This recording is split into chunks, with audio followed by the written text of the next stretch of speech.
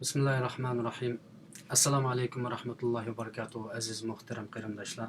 Bugün Uyg'ur qarindoshlik studiyasida yanalam Sharqiy Turkiston u yerda yashayotgan mazlum xalqimizning kelgusi uchun muhojir qarindoshlarimizninki chet elda to'g'ri bir xizmatga, to'g'ri bir fidokorlikqa, to'g'ri bir mujodalaga o'tish uchun, to'g'ri bir yo'lni izlashimiz uchun, to'g'ri fikr, to'g'ri strategiya, to'g'ri planlarni tuzishimiz uchun davomli izdinish holatida yana bugun bizniki olimlarimizdan, doktorlarimizdan strategiyada alohida izlanayotgan Uyg'ur xalqining Sharq Turkistonimizningki kelgusi uchun har zaman o'zininki ilg'or fikrlari bilan strategiya planlari bilan xalqimizga to'nilgan doktor Erkin Akram apandim bilan birlikda bugungi biroz cho'ng bir masala ustida paranglashimiz, suhbat qilamiz va qarindoshlarningki savollarga doktor javob beradi. Har qanday bir shaklda fikr taklif, savollar bo'lib qolsa, naq maydonda o'tirib qo'ysanglar bo'ladi. Ikromda izdinimiz Allohning bizga bergan bu ortiqchiligi bilan, ya'ni bu vositalarni ishlatib biz o'zimizga bir chiqish yo'li izlaymiz aziz qarindoshlar. Bugungi temamiz Sharqiy Turkiston bugun unutilib qilinayotgan, u kamplarda o'ltirilayotgan, yetayotgan xalqimiz unutilib qilinayotgan insonlar va yoki hukumatlar va yoki kim bo'lsin ko'ngil bilmayotgan bu vaqtda biz qanday qilamiz? Qanday yo'l izlaymiz? Nima amal topamiz?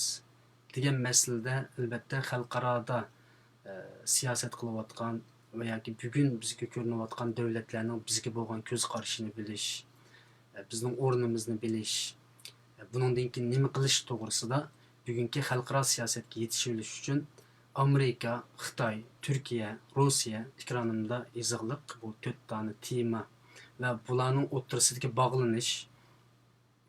Amerikaning nazarida biz kim? Xitoyning nazarida biz bir dushman. Turkiyaning nazarida biz kim? Rossiyaning nazarida biz kim? Bularni bog'lash orqali bizning o'rnimiz nada degan bu savolga doktor Erkin Akram apandimdan javob olishga tirishman aziz qarindoshlar. Fikr taklifinglar bo'lsa ekrandagi nomerga yozsanglar bo'ladi.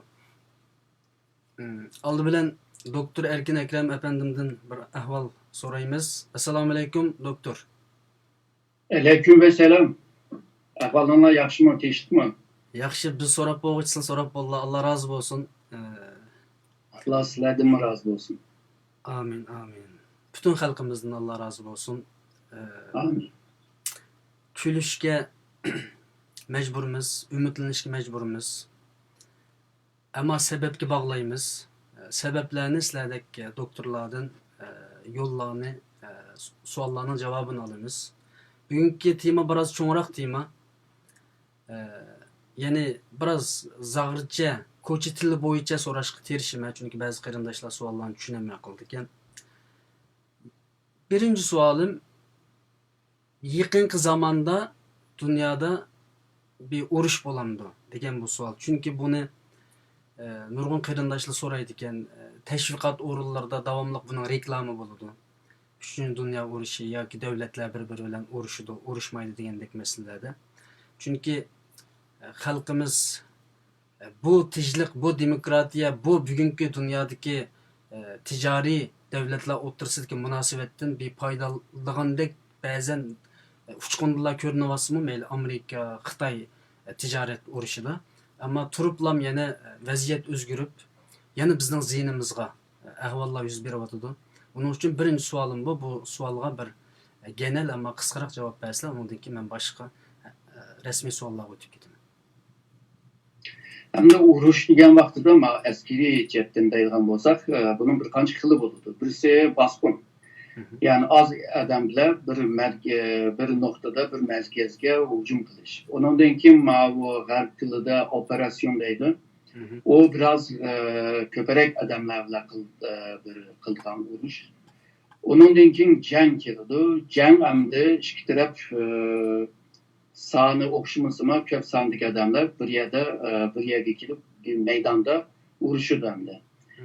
Hem de onun da mı çoğarak olsa hem de muşu uruş oldu. Uruş hem de bütün muşu insan ve insanların arasındaki birbirisiyle uğraşışını ve birbirisini öldürüş yoktuşunun ki bir vaziyetinin ki ismi hem bu. Hem de bizde hemsini uruş deymiz. Hem de haysı uruş degan vaqtida misalga çoğun tipdeki misal birinci, ikinci dünya uruşudek çoğun bir uruş çıkandı. Bunu azı cevap vermek pek ters çünkü onda bir ahvallar görünmeyvadıdı.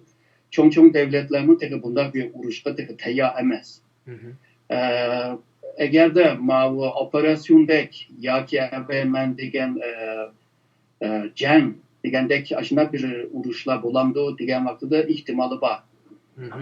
Bu bolsa hem de misal Suriye'deki bir uruş dendi. Kelgüsünde Xitay'ın bu hakim olan Cenab-ı Xitay denizdeki Aral meselesinden tübeyle aşık Cenab-ı Asya devletler bile Xitay'ın arasında belki denizde bir cangla buluş mümkün. Vietnam bile Xitay'ın ki misal Filipin Xitay arasında diyendekçe bunda bir cangla buluş mümkün. Ama bu cangda belki Amerika ya da Garipliklarla fethiliş mümkün. Xitayga karşı bir tarafını qo'llash degandek. Shuningga hozir shu cho'ng tipdagi bir urush hozircha ko'rinmayotidi, ama kichik tipdagi urushlar bo'lishniki ehtimoli bor.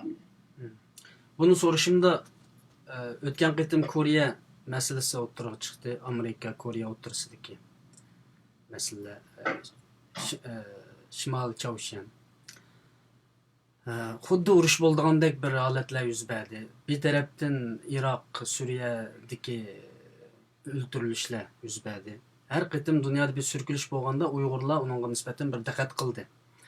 Gerçi biz bir urushxumar xalq bo'lmasaqmi, tinch holda osmonlar bo'lib ketishimiz, tinch holda dunyoda yo'q bo'lib ketishimizni men shaxsiy fikrimda ko'ryapman. Xuddi aynı zamanda bu Yalta kelishimida Orta Asya'nı, yani Türkistan'ı, G'arbiy Türkistan'ı Ruslar bölüp olib, bizni Xitoy bölüp olib, dünya bununğa qarab turib ve bununğa has qetib qilganga o'xshash bu qitimliq yangi dünya düzeni, yani yangi dünya tuzilmasida yoki o'rinlashtirishida Sharq Turkiston xalqimi o'tganki 100 yillikda yo'qolib ketganga ishg'ol qilingan o'xshash, buningdan keyingi 100 yillik zamonda bu urush bo'lmagan bir zamonninki qurboniga aylanib yo'qolib ketamizmi, vayron bo'lib ketamizmi? Bu qitim Xitoyning qilayotgan vositasi bek ig'ir. Buningdan qo'rqib men bu savolni so'radimki, bu ya'ni biz undaq aldanishlar ichiga kirib qolmasligimiz uchun, ya'ni 3-Dünya urushi yuz berdi. Shu vaqtda Sharq Turkiston mustaqil bo'ladi yoki o'zining o'rnini topadi degandek aldanishlarga kirib qolmasligimiz uchun men buni so'radim. Chunki yangi bir yo'l tepishimiz uchun. Yani urush bo'lmaydigan bir zamonda urush qilmaydigan bir Uyg'ur yoki urush qiladigan bir Uyg'ur yoki bir yangi bir siyosiy yo'l degandek bir yo'l tepishimiz uchun uni so'radim. Demak, sizning fikrlarda hozircha bir dunyoda cho'ng bir urush bo'lishi notayin degan. Shunda bir narsani yaxshi dedingiz. Sharq Turkiston meselesi yalnızla Sharq Turkistonlik bilan Xitoyning arasındaki bir mesele emas. Tarihe qaraydigan bo'lsak, Sharq Turkistonning taqdiri shu cho'ng devletlerinin arasındaki munosabat bilan zich bog'langan. Shunga Sharq Turkiston davosinin bir tarafi shu xalqaro bo'lish lozim. Bu sebepten tüpeyli. Misalga 33'deki Cumhuriyet kurulgan vaqtida bu Cumhuriyet'ninki etrafında kim var degende Sovyetler var, Japon var, İngiliz var, Xitay var misal. Şu öz vaqtidagi eng cho'ng kişiler.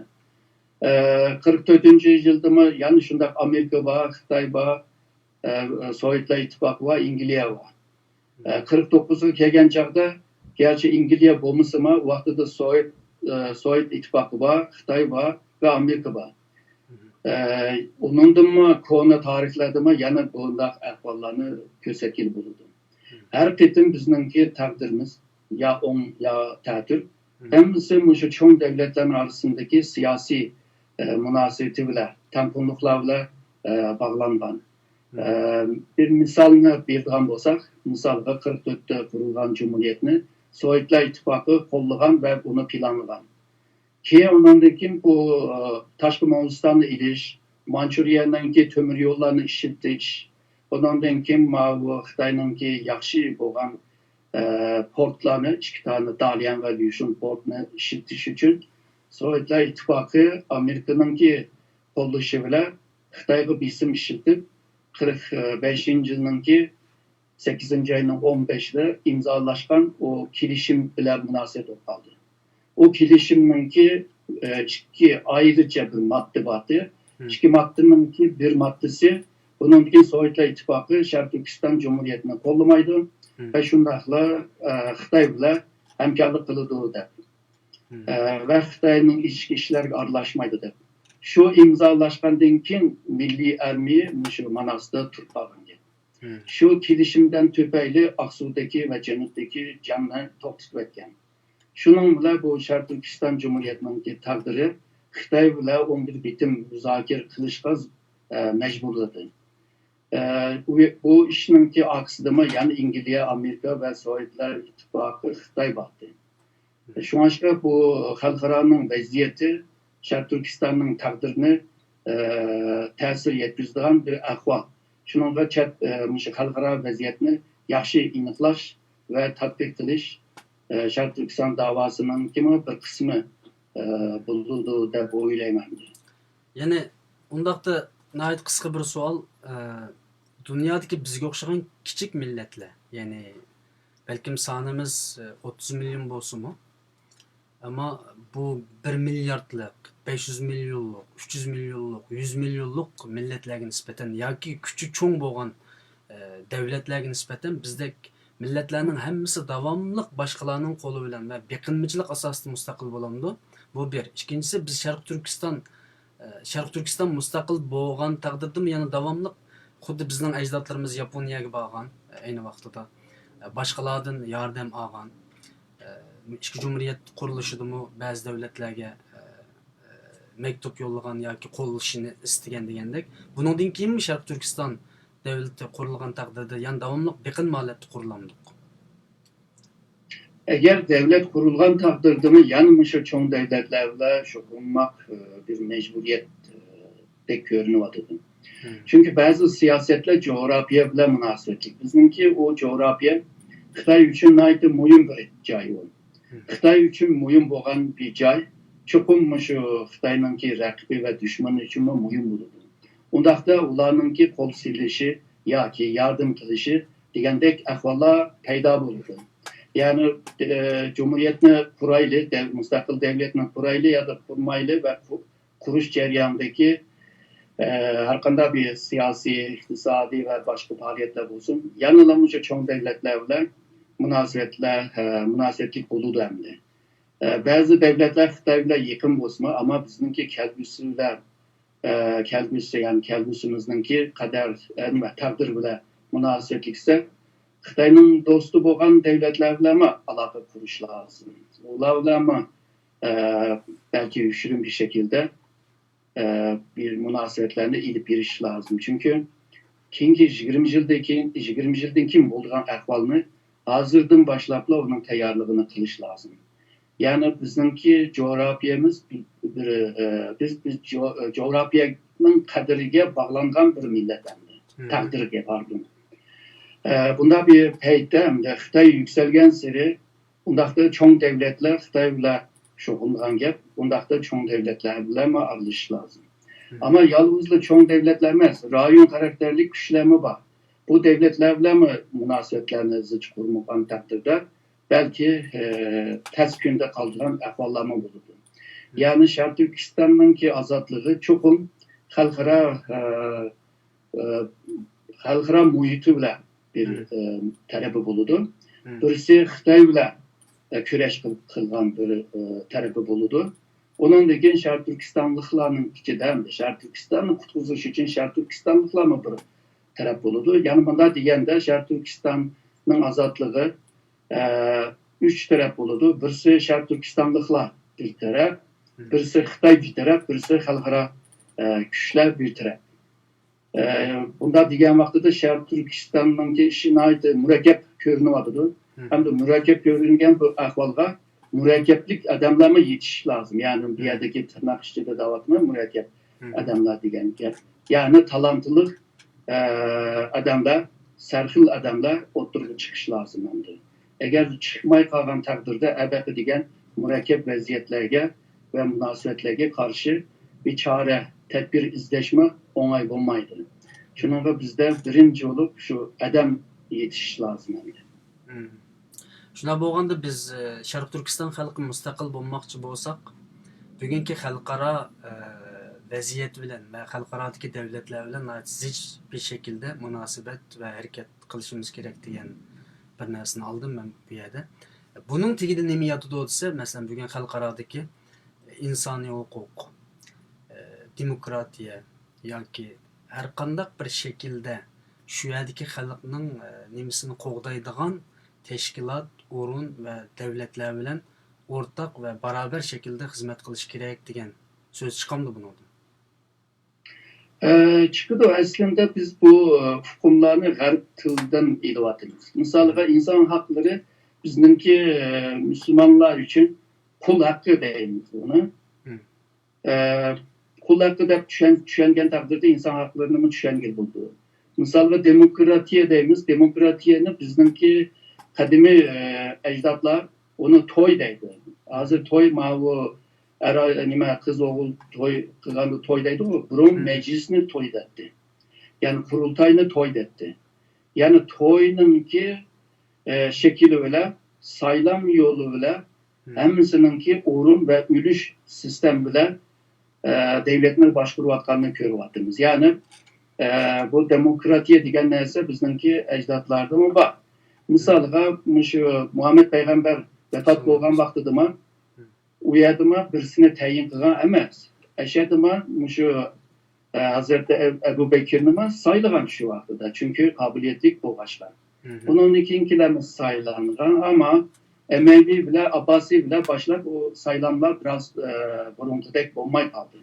Şunu demekçi ben, yani demokratiye mi bizim için bir nima emas, yani turmuşluk bir ahval, yani bilmeydiğin narsa emas demekçi endi. Şununla bazı kıymetliklerini, kıymet kararlarını biz özümüzme oturup koyalayımız.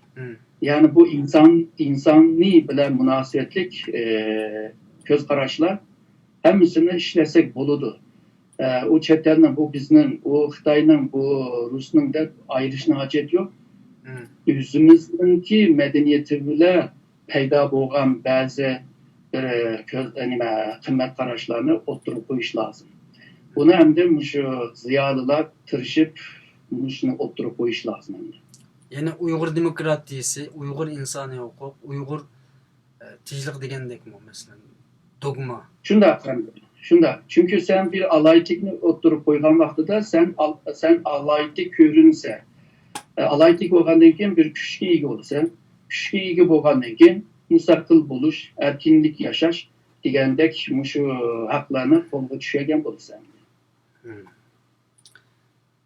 Nima uchun buni sordum deganda, xalqimizda hozirgacha bo'libmi Xitoyning qo'l tiqishi bilan demokratiya demaymiz, mustaqil deymiz, insoniy huquq demaymiz, mustaqil deymiz degandek, bu asli bir-biri bilan do'st bo'lgan, zodi islomdimi va bizning millatimizmi sil degandek ota-bobolarimizni tortib bor bo'lgan narsalarni bir-biriga zidlashtirib, o'tirimizdagi har xil tashkilotlarni bir-biriga zidlashtirib, ideya jihatdan sen mustaqil demading, demokrat deding yoki tijlik deding yoki insoniy huquq deding degandek bir-biriga zidlashtirib, bu bozor tepib xililam bizni rahatsiz qildi.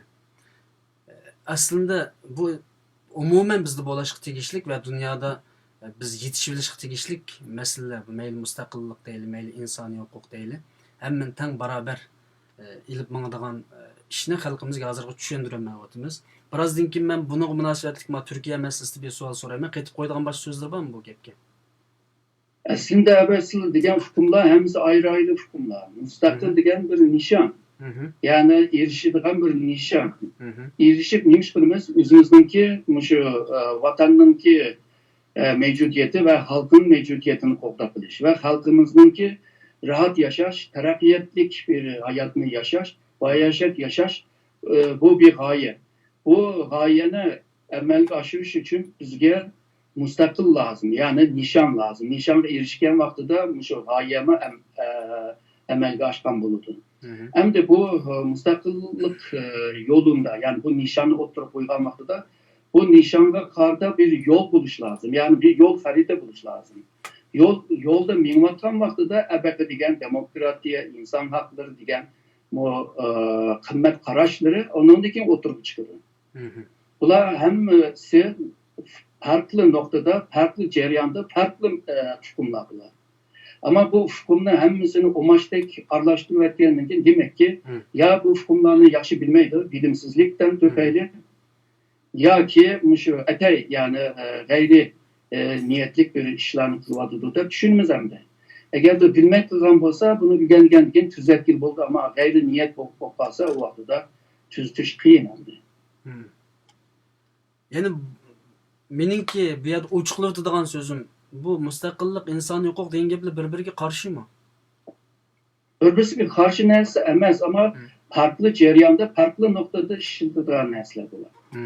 Yani bir yerdagi narsa emas bular. Yani insoniy huquqni nishon emas, mustaqillik nishon, insoniy huquqni bu bizning, yani Uyg'ur xalqining yoki Sharq Turkiston xalqining umumiy nishoni emas deb qarasak to'g'ri bo'ldi demoqchisizlar. Shunda bizninki umumiy nishon mustaqil bo'lish lozim. Ve nihai nişanı aşı buluş lazım. Neyle kaçan kurulsun, çıkılıp kuruluş için tırışımız. Tırışvattan ceryanda, aşı müstakil noktaya, aşı nişanga mangan vaxtıda, yolunu tekime asan, kıska ve ünümlük bir yolda miniş için bir yol haritasızımız. Bu yol harita diyen gap, şu strateji diyen gap. Bu yolda kandak onay mağımız, kandak yeteklep mağımız diyen vaxtıda bu yerde ondan ki nurgun milli mefkure oturup çıkış lazım. Ondan ki belki değilgen bu kıymet kararlar oturup çıkış lazım. Bunun ki nime rolü başka bir yerde. Yani müstakil diyen nişan bile bir nimesi yok. Yani okşaş bir nimede sızıkta okşaş bir noktada emez bular. Ayrı yerde turduğan hükümler bular. Hoş. Undaqda bu ideoloji yoki fikri meselelerni necha vaqtdan beri jiq talashib kelyapmiz. Albatta buningda u qadar murakkablashtirishning hojati yo'qda, ammo davomliq bu ikronlarni bu talash tortishlar bo'lyapti. Masalan, ulus davlat yoki etnik yoki milliy davlat va yoki az sonda diniy davlat degandek bundaq masalalar davomli o'tirib chiqib turibdi. Men bugungi programmada biz uni deyishmaymiz. Amerikaning maqsadini bir tushunib boqqim kelyapti. Amerika o'tganda biroz umidlandik. Amerikaningki Uyg'ur xalqiga, Sharq Turkiston xalqiga bilsin va maqsadlik va ishidan kuyunib va yoki kuyunmay qilayotgan ish xizmatlarini biz ko'rib turibmiz. O'tgan qatim tijoriy masalalarda biroz xalqimiz umidlandi. Xitoynimi biroz jazoladi Amerika. Xitoy bizning dushmanimiz bo'lgandan keyin jazolagandan keyin biz xo'sh bo'ldik. Ammo bu qatimqi G20 dan keyin yana biroz keyiniga chekinish va yoki ma'lum bir anglashmalar yoki bir narsalar bo'ldi o'tirdi. Buningdan yana biz tijoratning qurbonimi? Bizga zaten Amerika haqiqatan bir yordam qilamdi yoki bu tijorat o'tirsak tijoriy masalalarda biz xo'sholab qabulab juramdik. Amerika bizga haqiqatan bir yordam qiladigan davlatmiki biz Amerikaga nisbatan bir fikrimizni yoki nimamizni o'tirg'a, ya'ni bir yangi fikrlarni o'tirib qo'yish uchun men bu savolni so'rayman. Amerikani biroz sharhlab beraman. Amerika xalqarodagi ifade bilan bu hegemonya bir kuch, yani yer sharini ta'sir yetkazadigan hozirgi dunyoning eng chong kuchi. Bu siyosiy, iqtisodiy, xavfsizlik, her sahada ilim, teknoloji jihatdan her sahada kuchli bir davlat. Shuningga boshqa davlatlarga ta'sir yetkazadi. Mayli manfiy jihatdan bo'lsin, mayli manfiy bo'lmagan ahvolda bo'lsin. Bunda bir kuch, yeni bir yükselgen kuchning o'ziga ziyon berishni xohlamaydi. Yani Amerika bilan Xitoyning orasidagi bu munosabat mushta bir munosabat. Ama Amerika bu Xitoyning xalqaro qoidalarga, xalqaro sistemga, xalqaro tuzumlarga moslashgan bir davlat bo'lishini xohlaydi. Ve buna şu soğuk jangdan keyin devamlı ta'kidladi. Ve shundaqla Xitoyningki o'rta sinfninki o'rtaga chiqishi ve setib ilish kuchini kuchlantirish uchun Amerika'ga yardım qildi. Yani bundaq deb kelgan chaqda Xitoyni Amerika yardım qilib mushta cho'ng qilib qo'ydi desak bo'ldi endi. %100 bo'lmasimi? Ama hozir yükselgen Xitoy Amerika'ningki o'ylagan ve xiyol qilgan o yo'lda mangmayapti. Aksine Amerika'ga ziyon bera oladigan ve ziyon berayotgan bir davlatga aylandi. Shuningga Amerika hozir Xitoyni bir rakib, strategiya rakib deb baktı ve rakib kelimesini ishlatgan vaqtida ba'zan musobaqada bir rakibler buldu mu? Yani bir xil rakib olsa düşman rakib. Yani o meni yo'qotdi, men uni to'sib olmasam debchi. Shuningga Amerika Xitoy bilan orasidagi munosabat shunday bir murakkab munosabat, ama urun düşman ve do'stni ayirish osonki, ya qariti ya oqdi. Hozir Amerika Xitoyning orasidagi munosabat misolga hozir ticari urush bo'lyapti deyapmiz. Men necha qatim shu ta'kidladim. Bunun ismi urush degan bilan bu bir urush emas. Yani savdoninki savdo jihatda kelishmaslik degan gap bu. Hatta bizning Qashqarning mal bozorida misol oldim. İkisi kelishmasa bir-biriga mal satmaydi, pul bermaydi. Shunga o'tirib kelishish lazım. Kelishmasa uchinchi bir odam kelib bunu kelishtirishga tirishadi endi. Bu Amerika bilan Xitoy orasidagi bu ticari urush degan ma'noda. Ama bu urush bilan birlikte eğerde başka sahalarıma yiyilip geçse, misalga teknoloji cidden, iktisadi cidden, rayon karakterlik meselelerden ve halkara seviyedeki bazı meselelerde yani urush varsa, o vakti de onlardaki biz düşüngen düşman halıga kilerleydi. Ama tekrar hazır ondan nesler körünü vardı ama emeli bir ahval tekrar körünmedi hazır. Bu sebepten tüpeyli Amerika-Xitoy münasebeti bugün yaxshi olup ertimi yaman bulalaydı. Evvelsizlik degan misal G20'de Prezident Trump hem Türkiye Cumhuriyeti'ne yaxshi gap qildi, hem Xi Jinping'e yaxshi gap qildi, hem de Şimal Kore'nin reisi bilan diplomasi qoidaga mos kelmagan bir uslub bilan kurashdi. Hemmisi bilan yaxshi o'tishga tirishdi. Hem de mutaxassislar bunda o'ylaydi. Bu Trump herhalde bu gelecekteki saylamga hazırdan başlapla tayyorlik qilyapti. Çünkü bir ishni hal qilamagan taqdirda, neticesi çatak chiqqan vaqtida o saylamga manfiy bir ta'sir yaptı. Undaqda bir urushmay, so'qishmay, shuna epmansa 2020'deki saylamga bir qatnab varsa, undan keyin bunlarga qattiq chiqsaqmi, qattiq chiqish qilsaqmi bo'ladi deb o'ylagan bo'lsa kerak deb da'vodir. Hem budjetda deydi Trump bugün degan gapini rad qildi, degan gapni tushdan keyin rad qildi degandek bundaq mulozama bor. Hamda chiqib kelgan chog'da Amerika Xitoyning orasidagi bu jidal tefe biz o'ylagan dushman bilan dushmanning orasidagi bir jidal emas hozircha. Ve iki taraftaki münasebeti bazı sahada düşmanlıkta görüngen bile bazı sahada yani hemkarlık kılışka mecbur. Şununla bu Amerika'nınki Xitoyga bo'lgan siyasetinin bir yaxshi bir yaman bulup ketişi Uygurlar bunu doğru düşünüş lazım deb o'ylaydi. Çünkü xalqaro munosabat shunday bir alaylığı var. İkinciden Amerika Xitoy bilan ishgan bo'lsa o'zining manfaati uchun qilyapti. Bu jarayonda agarda Uygurlarni qilmaydi ve Xitoyda demokrasiya bo'lmag'achqa Uygurlarga zulm qilyapti, Xitoyda inson haqlari bo'lmag'achqa Uygurlarni qiynayapti degandek gaplarni deysizmi?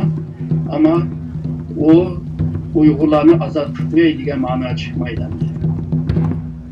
Yani birisi Amerika muşunda Uygurlarga isarçılık kılgan gap söz ve bunun için kanun çıkarımız devatkan bosma Uygurlar neymiş kılıvatıdı degan bir mesele var hazır. Yani Amerika'da mı Xitay bilan yıkılışaylı deydigan taraflama var. Xitay bilan düşman bulaylı degan taraflama var. Bular ikisi hazır küreş aldı. Eğer de Uygurlarma qarab tursa Amerika'nın işideki bu iki xil güçnünki küreşi bilan Amerika umumiy Amerika Xitoy bilan bo'lgan bu küreşlerini biz qarab tursak bo'lmaydi. Bununla karta biz qanday qilish lazım degan mesele var. Ya Amerika'nın ki içki siyasetke aralashib buni lobbycilik deydi. Aralashib Uygurlarning menfaatiga yapadigan bir xil siyasetni tartib yedeklash lazım. Yoki sirtdan turib Amerikaga yardım qilish lazım. Eğer de Amerika'da Xitoyga düşmanlık qilish degan ko'z qarashda bo'lganda Uygurlar, Tibetler, başka milletlerninki shunday tirishchanlik bilan eğer de kuchli bo'lib qolsa, Xitoy bilan do'st bo'lib, hamkorlik qilib ishni jangga olib bormaydi, bundaq yaxshi o'taylik deganlar, bundan keyin osonlik qoladi. Ama Uygurlarninki qanchalik qizg'anligini bilmaymiz endi. Çünkü hazır Xitoyni g'ajlayotgan, Xitoyninki inson haqlarini tanqid qilayotgan shu Amerika bo'lyapti. Ancha-muncha boshqa g'arb davlatlarininki tashqi ishlar ministri bo'lsin yoki inson haqlariga mas'ul bo'lgan ba'zi ministrlar bo'lsin, bir ishki qiz gapni degan bilan g'arb matbuotlarininki Xitoyni tanqid qilgan bilan ama o devletninki siyasetini teki Xitoyga qarta burunlamadı. Şunu da mandat degan chaqda Amerika Xitoyga qarshi yalnız qolgan yani. Bugün Xitoydaydi başka hiçbir devlet meni tanqid qilmaydi, sen de tanqid qilyapsa, seninki g'ayri niyetin var. Sen şu Uygurlarni, Tibetlarni, Mongollarni qo'zg'andirib, Tayvanni hareketga selib, Hong Kongni muqimligini buzib, mushtaq manga buzg'unchilik qilyapsa, bu xalqaro qonunga xilof degan vaqtida Amerikadagi Xitoy bilan hamkorlik qilaylik degan taraflar ondan keyin bununla isilib, ondan keyin Amerikanınki Xitoy siyosetini burumlaydi. Shuningga bu xalqaro vaziyat manda bo'lyapti deb biz nimaga o'tirib choyni ichib qarab bu vaziyatga qarab tursak bo'lmaydi. Bu vaziyatga ardishish lazım. Ama bu vaziyatga ardish için aşı aralashadigan bir seviyege kelish lazım. Eğer de o seviyege kelemsen o vaziyat seni ezib qo'ydi. Seni rencide qilib qo'ydi. Shuningga bu hozirgi bu vaziyatni qanday uzutish ve Amerikanınki bu siyasetini Xitoyga qarata bu siyasetini qanday texim kuchli qilish jihatda Uygurlarga kalısını silkitip muşu narsalarni o'ylash lazım. Yani onun bu hukmni aniqlamay qalamqon gapirishningki yeriga boshqa narsalarni o'ylash lazım deb o'ylayman. Yani biz hozir qandaylik qilaylik, shu Amerikaga moslashishdan boshqa amalimiz yok mu? Yani bir Amerikanınki yandaş yeni ilave aladigan bir millet yoki bir vatan bo'lish sifatimiz bilan emas, ey Amerika bizni manda qilyotidi, buningga sen mandaq bir tadbir qo'llansang deyaligidek bir o'rnimiz, kuchimiz, gapimiz bormi? Unda kuchimiz yok. Ben burunla jiq deb kelgan Xitoy bilan erishish uchun hiçbir chetdan kuchimiz yok bizning. Coğrafyadan, nüfus cetten, askeri cetten, ma'rif cetten, iktisadi ve teknoloji degende qaysi sahani sansak Xitoy bilan teng kelamaymiz. Biz Xitoyga teng keladigan bir narsa qoldi, o bo'lsa aql. Allah'ın bergen bu akılını işletken takdirde, to'g'ri yerlerde işletken vaqtida aqliy bir faaliyetlerini ilib borgan jarayonda ondan keyin qazanishninki ehtimoli bo'ladi. Amerika'nın yenide turuş degan gap, bu beden bile, ruh bile bunda turuş manası emas bu. Bu bir siyaset. Yani siyaset cepten bunu kullanış, faydalanış yolu kırdıran gel. Eğer de bu Amerika bizge havu tepkirvadı da şununla bütün vücut ve ruhla eğer de yine de Türk kalsan Amerika her gün siyaset, Xitayga karşı siyaset özgergen takdirde bu yerde pek içinişlik halde kaldı. Şununla siyaset bir senettir. İmkansızlıklarını imkanlık halığa ekildi. Bundakta hazırki vaziyetten kaynak faydalanış diyen mesele o siyasi mesele. Yani her daim Amerika'nın yeniden turuşunu maaş ediyor. Amerika her gün Xitayla içindeki bir faydası bulunganlığını oylap düşken olsa, meyle faysı prezidenti oylagan olsa, bu vakti de özgürdü. Çünkü öz vakti de mesela Jimmy Carter prezident. Xitayla yakınlaşımızda hayvanlar Birleşken Devletler'den çıkıp yetip Xitayla diplomasi münasebet kurgan çağda şu kongrege ve Amerika'nın kalan güçlerge bir gün kalan çağda yani keşke onun mümkün kulağına haber verdi ve ertesi imza. Şununla hiç kim özgüremeyeceğiz. Ben Jimmy Carter ile birlikte Xitay ile diplomasi münasebet kurdu ve Xitay münasebete yıkılıştı başladı. Mesela bazı prezident mandat kılardı. Mesela ondan evvelki prezidentlerine Jimmy Carter'dan evvelkilerine Xitay'ın kovulmuşta kırıştı. Mesela prezident Nixon. Ve onunla diplomasi münasebet kurmadı. 71'den 79 önce Amerika Xitay'la diplomasi münasebet kurmadı. Ben dedim Jimmy Carter Xitay'la yıkılışımız diyen vakitte ama kongre bu yerde fırsat kapamadı karşı çıkış için. Şununla okşayışımız 4. ayda kongrede Tayvan ile münasebetlik kanun diyen bir ekti namını ilan kıldı. O ilan kılan ki hükümetke bir isim buldu. Çünkü hükümet kongreden çıkan kanunu icra kılışka mecbur. Şununla Tayvan'la muşu kanun bile qoğdap kaldı. Yani Xitay'ınki ağzıga seppermedi. Yani Jimmy Carter bunu kılamadı yani. Manda ahvallar var. Yani Amerika'da yani bir ahvalga dikkat kıldığımda ki muşu 90'lı yıllardan itibaren olup mu muşu Clinton muşu Obama'gaca birinci kıtımlık hakimiyet kelgen çağda Xitay bilen bir jiriklik münasebet yaşadı. İkinci kıtımlık hakimiyette onun dinki Xitay bilen yakın münasebetini kurup çıktı. Hatta strateji hemkarlık münasebeti gibi yükseltti yani münasebetinki terkibini yani mahiyetini. Şununla Amerika-Xitay münasebeti her zaman özgür durdu. Bu huda Rusya hazır Xitay bilen yakın, ertugün her zaman yakın bulamaydı. Hindistan hazır Xitay bilen ne yakın ne uzak icra. Ama ertugün nim bulganlığını tahmin kılış kıyın ama her daim okşaş kalmaydı.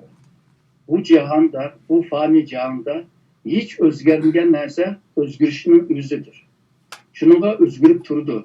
Uygulama şu cihanın özgürcanlığını vaziyetler bugün bizge yakkan bile erdi vaziyet bizge yakmaydıganlığını biliş lazım. Yani bu özgürcanlığını yaxşı biliş lazım.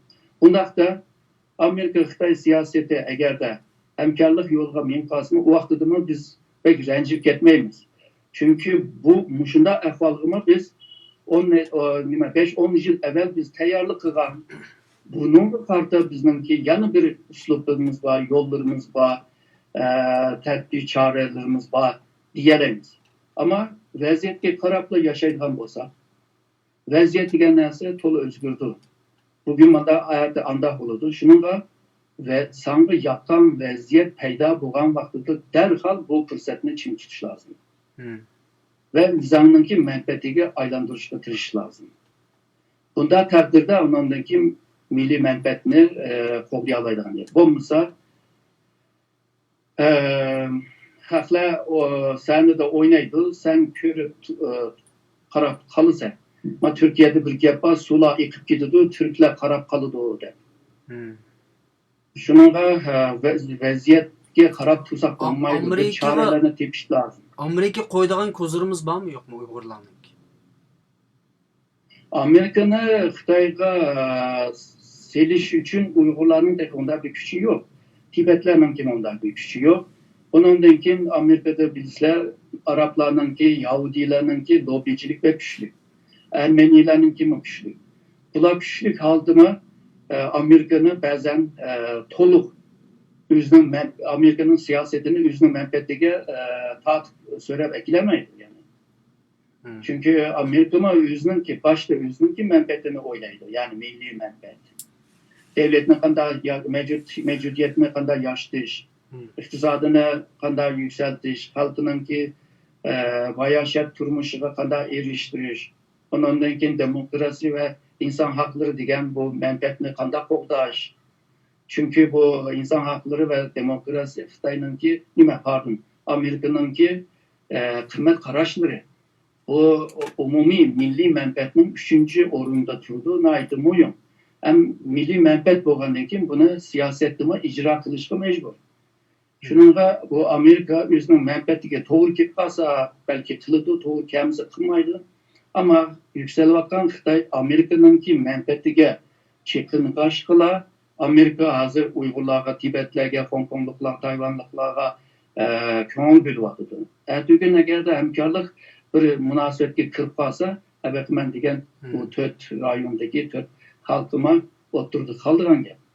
Bu burun şunda boğan evet ben Tayvan'ın ahvalını depberdim. Başta Tayvan Birleşken Devletler Teşkilatı Xavfsizlik Daimi Komitesi'nin ki 5 a'zanın biriydi. Hem UYA'dan kovulu etti, hem de Birleşken Devletler Teşkilatı'nın salahiyetini taşındı. Yani bunda bir ahval var. Tayvan bir devletti. Yani bir geçidiler devlet salahiyetini üstü koygan bir milletke aylandı mesela. Şununla bir yerge mümkün bağlaşının ki hacet yok ama yaratılgan fırsatını çim tutuş meselesi var. Yaratılgan fırsatını çim tutuş. Ondaqda bir ailede 5-4 balının içinde biraz benvaş çıkıdı. Biz hem de dünyadaki beçarı bir xalqqa aylanıp kılıvatımız. Hiç kim bizim gepimizni her halda anlagıl unumayıvatıdı. Bir benvaşlık kıldığın tarafımız mı bağ mı bu bir. İkincisi mesela Taliban'la bugün ile Rusya bilen görüşüvatıdı, ile Xitay bilen görüşüvatıdı, ile Amerika bilen görüşüvatıdı. Xuddi ularni qo'rqitayotgandek, ularga bir o'zining ko'zlarini qo'yib qanday qilasan deyotgandek bir nima qiladi. Albatta ular boshqa bir masala. Ammo bizning zodi Uyg'ur xalqining chet elda hech qanday bir bang'vashligimiz, ko'zlarimiz yo'qmi? Yo'q. Sen biz uchun hech narsa qilib bermisan? Mayli Amerika, mayli Rossiya, mayli Turkiya. Hech narsa maoshni biz qilishimiz mumkin deydigan bir bang'vashligimizmi yo'qmi bizning? Ya'ni nimaning ichidan chiqdanmamdik bu qizilsizlikning ichidan. Halkımızdaki bir kısmı nadan. O 135 yıldan beri her devirde çıkan liderlerinin kakşavatkan sözü şu endi. İkinciden okugan adamların arasında bir kısımlama ansız endi. Bundak adamlar tolu, sahne tolu olgancakta sılı digendek ya bir işini kılış kıyım oldu. Eğer de bizimki çetelde giler meyli okugan bolsun, okumagan bolsun, anlıklı bulduğun bolsa, bu işini elip ketişmek tez emez bu. Ben bir misal birey, belki uzun bu ketiş mümkün misaldan töpeyle. Misalga şu Amerika Afganistan'a askeri bir hareketini doğandan keyin Onunki şu Saddam'ını mı ürvesek oladı bu devamlı şu G'arbga meydan okuydu o burada. Şu vakti bununki bir planları mı vardı Amerika'nınki hükümetinin işinde. Ama bir ahval bunu bu cereyanını tizleştirdi. Kanday bir ahval degende Saddam'ın vaktida Irak'nınki bir NİPT ministri vardı. İsmi Ahmet Çelebi. Bu Irak'tan keçkidir bazı sebepten tükeyle. Onun için şu London'da ticaret kıldı bu. Ticaret mi pek yaxşı mamıgan ama bir günü bir Yahudi ticaretçi ile görüş aldı. Görüşken vaxtıda Irak meselesi tılğa ilindi. Şu vaxtıda bu Ahmet Çelebi mandat degen. Eğer de Amerika Irak'ı kırdıgan bolsa Bağdat'taki 5 milyonluk adam güllerini inip karşılaydı deptike. Şununla bu Yahudi ticaretçi Amerika'daki Pentagon'daki Yahudilerle sözleşti. Bularla sözleşken vaxtıda bularla aşınıga işinişe tırışıdı desek oldu hem de. Yani çünkü aşını halı aşka bunda gap geçken naydı bular 10 kildi. Şununla Ahmet Çelebi'ye böyle rapor yazıp kelsin, kandak kılış gerek, kandak kılmaslık lazım diyenler. Ahmet Çelebi şu raporunu yazdı. Rapor yazıp belgenden Amerika'nınki bazı hükümetin içindeki bazı şahıslar, Wolfowitz deyimiz, Rumsfeld deyimiz, Richard Poe deyimiz, bunlarınki Saddam'ı bir avdur etmesek olmadığı diyendik bir kararı kilidi. Bu bir misal var. Yani birisi hazırki şu sılı diyen Afganistan meselesini hal kılıvatkan ve Amerika'nınki vekili olan Zalmay Halizat diyen bir adam var. Bu adam küçük yaş vaxtıda Afganistan'dan Amerika'ya köçep ketken adamsıyla. O peştonluk bu. Bu 1999'da Rand Corporation diyen düşünce ambarı deyimiz var. Think Tank'te işletti ve Asya Pasifik bölümününki başlık etti. Şu vaxtıdaki Clinton hükümeti bir dokulat yazan. Amerika'nınki Asya Pasifik siyaseti de. Bu siyasette hem de birisi şu Xitay'ını korşulamak için Japonya, Canub Kore'den tövenge Filipin, bu vaxtda Filipin Amerika ile münasebetlemesi yakınlaktı. Onun için Singapur koça Mişer'de Amerika'nınki ermisini yerleştiriş. Yani bir mühim göz karışı olsa, Orta Asya'daki nipitler Cenup'tan İran koltuğundan, Körfez'den ötmüşsün. Şimaldan Rusya ketmişsin, Şark'tan Xitay ketmişsin. Mavi Cenup taraftan Afganistan'dan Pakistan ve Hindistan arkalık Hindi okyanusga asak oldu. Şununla Afganistan naytı mühim Amerika Afganistan'a hakim olması bulmaydı da açıklatma sungan. Bu 1999. Ama Clinton bununla pek kızıkmadı. Fakat Clinton'dan kim sayınıp gelen Prezident George Bush bunun kızıktı ve 2001'den başlap siyasetini icra kılışı başladı. Ve isimlerde bağlı belki 2001 4. ayının 1. günü de Xitay Amerika'nınki bir casus arplanını düşürüp aldı. İki taraftaki münasebetler nahaydı jirikleşti. Hatta iki taraf uruşamı digendek gaplarma değişik başladı. Ama yanıla 9. ayının 11. gününde 11 Singapur vakası deyimiz o. Bu vaka yüz vergenden kimle Amerika'nınki Xitay'a karşı siyaset özgerdi. Çünkü halkara yaşayan kemlikte şu terörle küreş kılış degende Xitay'ın kollaşığına ihtiyaç vardı.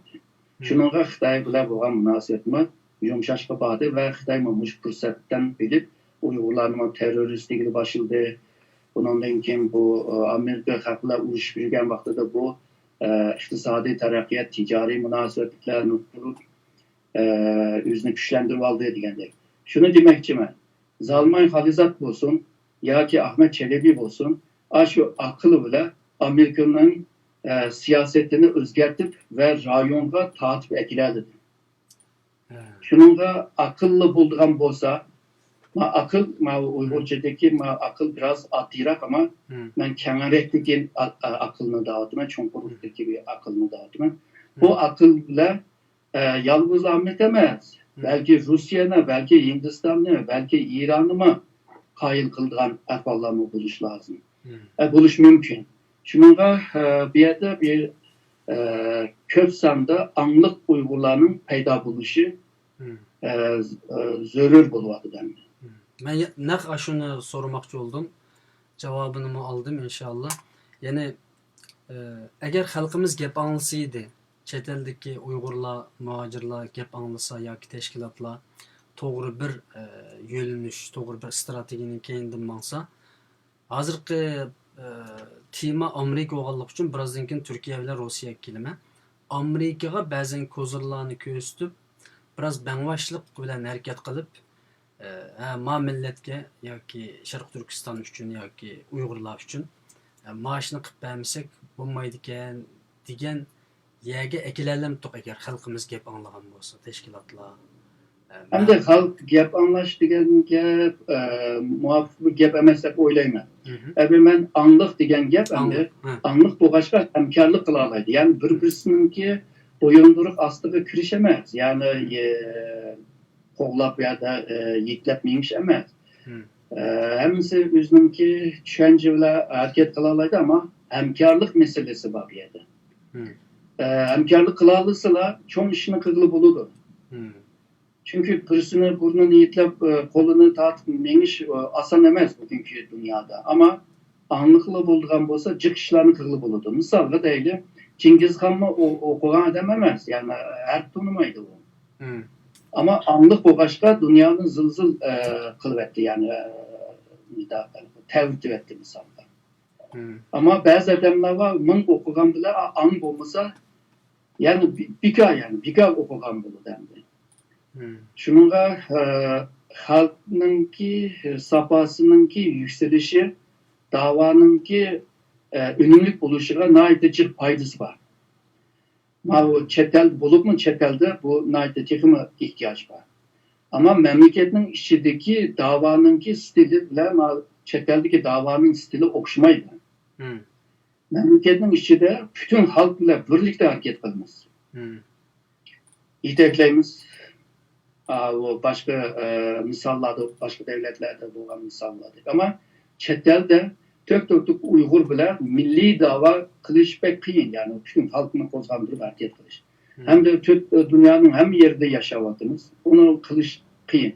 Ama ebekmen diyen anlık adamlar, serfil adamlar, talantlı adamlar, ula an seviyesi yukarı başka, ula özara bir hemkarlık kılıp ebekle diyen akıllı işitiş yolu bile en çok kişinin özüge tatip özünün menfaatine tadalaydı. Burundan ben belki şu TV'de dedim o değil mi? Bir Türkiye Yolvazga karşı ben padişah buldum da ilan kılışı diyen çöçekni. Yani Cengiz Han'ın diginedek başka halkınınki yaylığı da özümüzünki hayvanla malını bakaylı degende. Xitay mı deydi, halkının mekiyanı ile özümüzün tuxumunu tuğduraylı deydi. Yani mışında bir akıl boğan takdirde bazı işler onay buludu. Eğer de mağdıran ebemen degen yol harita yani strateji planla muvaffak olsa hemmeden başınınca hemmeden boğmusuma köpçilik maaşının karta mağdıran olsa kısa yolda mağdı degen gel. Ve kısa yolda ve kısa zamanın içinde ünüm alalaydı degen gel. Bunlar hepsi akılının işi yendi. Şununla bizde bir Türk'üm adamlar şu bir an seviyeye kelgen çağda ma seviye demekçi emas men anla deyip an degen bir seviyeye kelgen çağda belki işimiz biraz oңайлык boludu dep oylayman. An degenge anlaş degen desek. Ben de biraz koçtılıdırak dedim. Muş hazırki... Hem de anınki netçe nimi var, manası var. 7-8-10 tane mana var. Bu an yani bir nesne düşünüş, idrak, garez bilmek, vaziyetini görüp okşaş düşünmek. Ma manada dağıtma ama bunu kılalış için yani idrak kabiliyetine yükseltiş için, garez biliş için çokum bununki asasında bir bilim lazım. Yani bilimninki üstüde ilim boğan takdirde ilim onundankin akılını yarattı.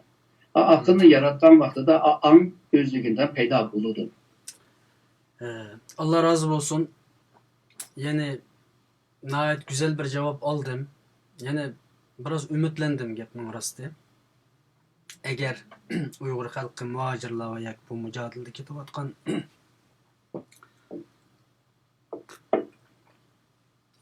siyasi rehberler yak teşkilatlar, aktif insanlar doğru bir şekilde aqlını işqi silip doğru mangdigan bolsak inşallah bizni ko'z ilmayotgan va yoki bizni yanchuqning kas yanchuqi sep qo'yayotgan yoki xohlaganda ishiltib xohlaganda qo'yib qo'yayotgan bu holatdan qutulib ba'zan kuchli davlatlarga, cho'ng davlatlarga ma'lum ko'zirlarimizni ko'rsatib bir ish qila olamiz degan javobni oldim. Ama cevabında emas. Javob Bu haklar bizge tertip qaravatıdı, bizni töven qaravatıdı, kemsitivatıdı dep. Bunun için biz bu açığımız bile hakka karşı emas. Doğru. Biz Uygurlar, ben dedim bu ang oluş lazım. Bu insanlık bir seviyede yüzünü tolduruş lazım. Eğer de Xitay bizni ajna qilgan bolsa, biz Xitayga karşı ama bütün insanlıkka karşı emas. Doğru. Biz bütün insanlıkını yaxşı görüş lazım dedi. Ulağa insanlar bir-birisiga bunda qilmaslik lazım deganda biz başka insanlarga özümüzün misalı bilan anlatış lazım dedi. Doğru. Yani misalga Uygurlarga ko'ngil bölüp ve istaççılık kılıvatkanlar köp adamlar var. Misalga başka adamlar aşı ahvalga çıkıp kalgan çağda Uygurlar aşılarga ko'ngil bölemdi. Köpünce Uygurlar bölmeydi. Çünkü Mangala yaxşılık kısım, Amerika neymiş ki bunda akıldı, Türkiye neymiş ki bunda akıldı, Kazakistan neymiş ki bunda akıldı dep hap olumuz biz. Özümüz bir nersini tırışmayız. Biz aşı Kazakistan, Türkiye, Amerika bizge kılgan o menfiliklerini biz özümüzün akıllı bile onu tüztüş lazım. Doğru. Biz bütün insanlıkның ki bir seviyede ve aşı çukurlukta dünyaya karşı lazım. Neticede biz hemimiz Allah'ın kulu. Yani Allah'ın yaratan insanlarla aralışıkka mecbur biz. Ama biz eğer de biz izildik şunaşka biz sizlerge habı buluş yoki sizlerden bilimi tema qilish bizning haqqimiz deydigan bo'lsak biz kichik millet o'qalimiz. Biz cho'ng millet buluş lazım, anlık millet buluş lazım. Eğer de bunda bo'lgan taqdirda yani milletin sani az ama cho'ng millet. Bundaq seviye kelgan chaqda nurg'un dunyodan her tarafdan bizni qo'llaydiganlar ko'p chiqadi. Eğer de bizim aşına küçük millet bulup tar görüşler, bir jirahını göremeydiğim bir xil anlar ya da bir zihniyetler dünyada halkıyla arlaşsak, ulamı bir günü bizimle taşıyıp edilir. Yani Allah razı olsun. Nihayet güzel bir cümleler. Elbette aşındak bulaş lazım. Ama mendek bir adam şahsen mening şahsiy fikrim bo'lsin o. Abay men bir xato gapni qilibdim. Mening şahsiy fikrim bo'lsin. Açıqlanish haqqimiz yo'q degan narsani demayman. Vaqt intayin jiddiy. İnsanlar o'ltirilyotidi Sharq Turkistonda. Dunyo yanalam qarab turyotidi. Bir narsani qilib midirlayotidi Amerika, Turkiya, Rossiya, boshqa davlatlar Yevropa. Ama hiçbir natija xarakteri qarasak bir narsa bo'lmagandan keyin mayli stress tufayli, mayli jiddiylashish, mayli vaqtning nihoyat jiddiy bo'lib ketayotganligi. Yani xalqimiz har kun qirilyotidi. Bu avvalda ma'lum bir qo'pol so'zlarni yoki qarshi fikrlarni mendek bir shaxslarning o'tirib chiqishini mencha bir ulam normal tushunsa deb o'ylayman.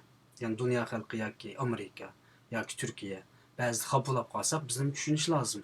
Yani biz çünkü biz öldürülyapmiz. Amerika bizni anlaşı lazım. Davamlı hürmet bilen qaraymiz sizinki fikir bo'yicha ama öldürülyapmiz. Mesele bu.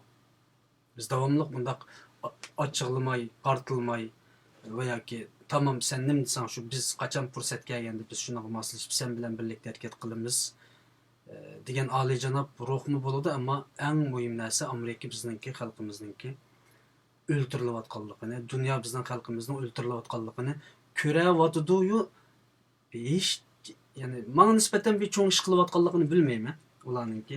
Buning uchun shuni biz qanday bir ko'zini o'tirib qo'ya olamiz deb savol so'rganim shu endi. İnşallah. Endi boshqa davlatlarninki nuqtai nazaridan bir qarash lozim. Misolga Turkiya bunday deyish mumkin. Bu cumhuriyetni qurgan chaqda, bu mustaqil bir davlatni qurgan chaqda sizlar qanchalik to'pi qo'shgan? Biz bu yerda 250 ming jonni berib, qonni berib, ondan keyin bu cumhuriyet qurildi deydi. Misolga Amerikama ichki urushdimi necha yuz ming odamlar o'ldi.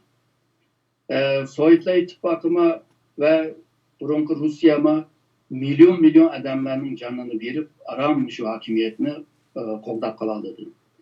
Shuningga bu xalqlar, boshqa davlatlar meningki ichinishlik ahvolimga ko'ngil bo'lsin va ya ichinsin deb o'ylasa,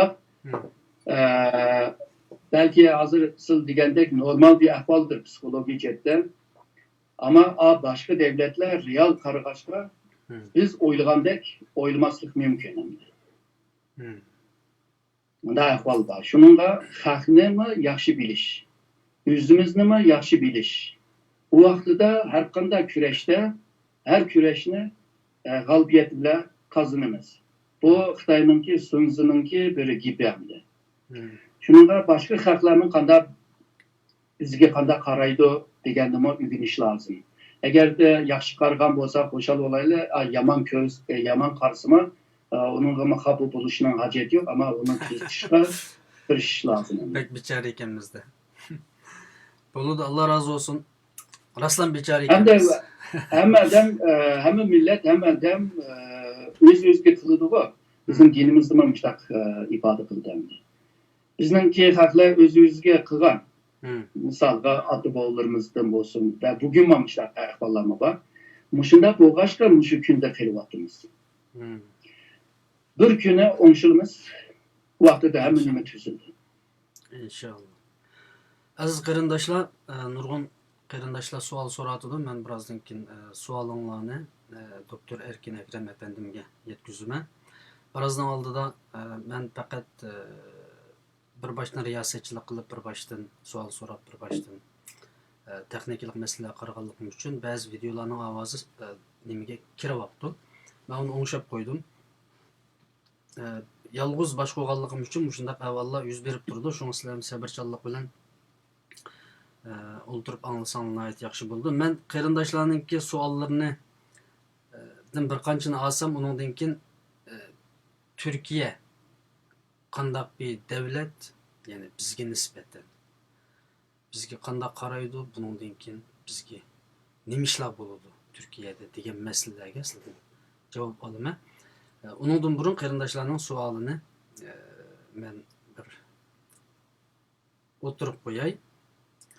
Qandaq savolinglar bo'lsa, naq maydonga telefon qilsanglar bo'ladi WhatsAppdan. Bugun e'lon chiqargan vaqtimda bir ikki qarindishimiz savol so'rabdi ekan. Yaqinda masalan Erkin efendimga bir savol debdi. Ko'pincha Uyg'urlar kelgusidagi davlat shaklini munozara qilganda Uyg'urni asos qilib Uyg'uriston qurish yoki Turkiya xalqlarini jam qilib Turkiston qurish o'tirsida tortishadi. Ammo mencha asosiy masala vatanda fuqaro va askar bo'lib 10 milliondan ortiq Xitoy va 1 milliondan ortiq Tungan bor. Bular Turkiya xalq emas. Ammo shimolda Uyg'urlar oz, vatanning asosiy boyliqlari shimolda. Bu qanday qilib Turkistonni qurgan vaqtimizda vatanning butunligini saqlab qolg'ili bo'ladi. Yoki o'z oldimizga davlat qursak-chi debdi. Vatanga yerlashgan 5-6 avlod Xitoylar vatanni tashlab qochib ketamdi.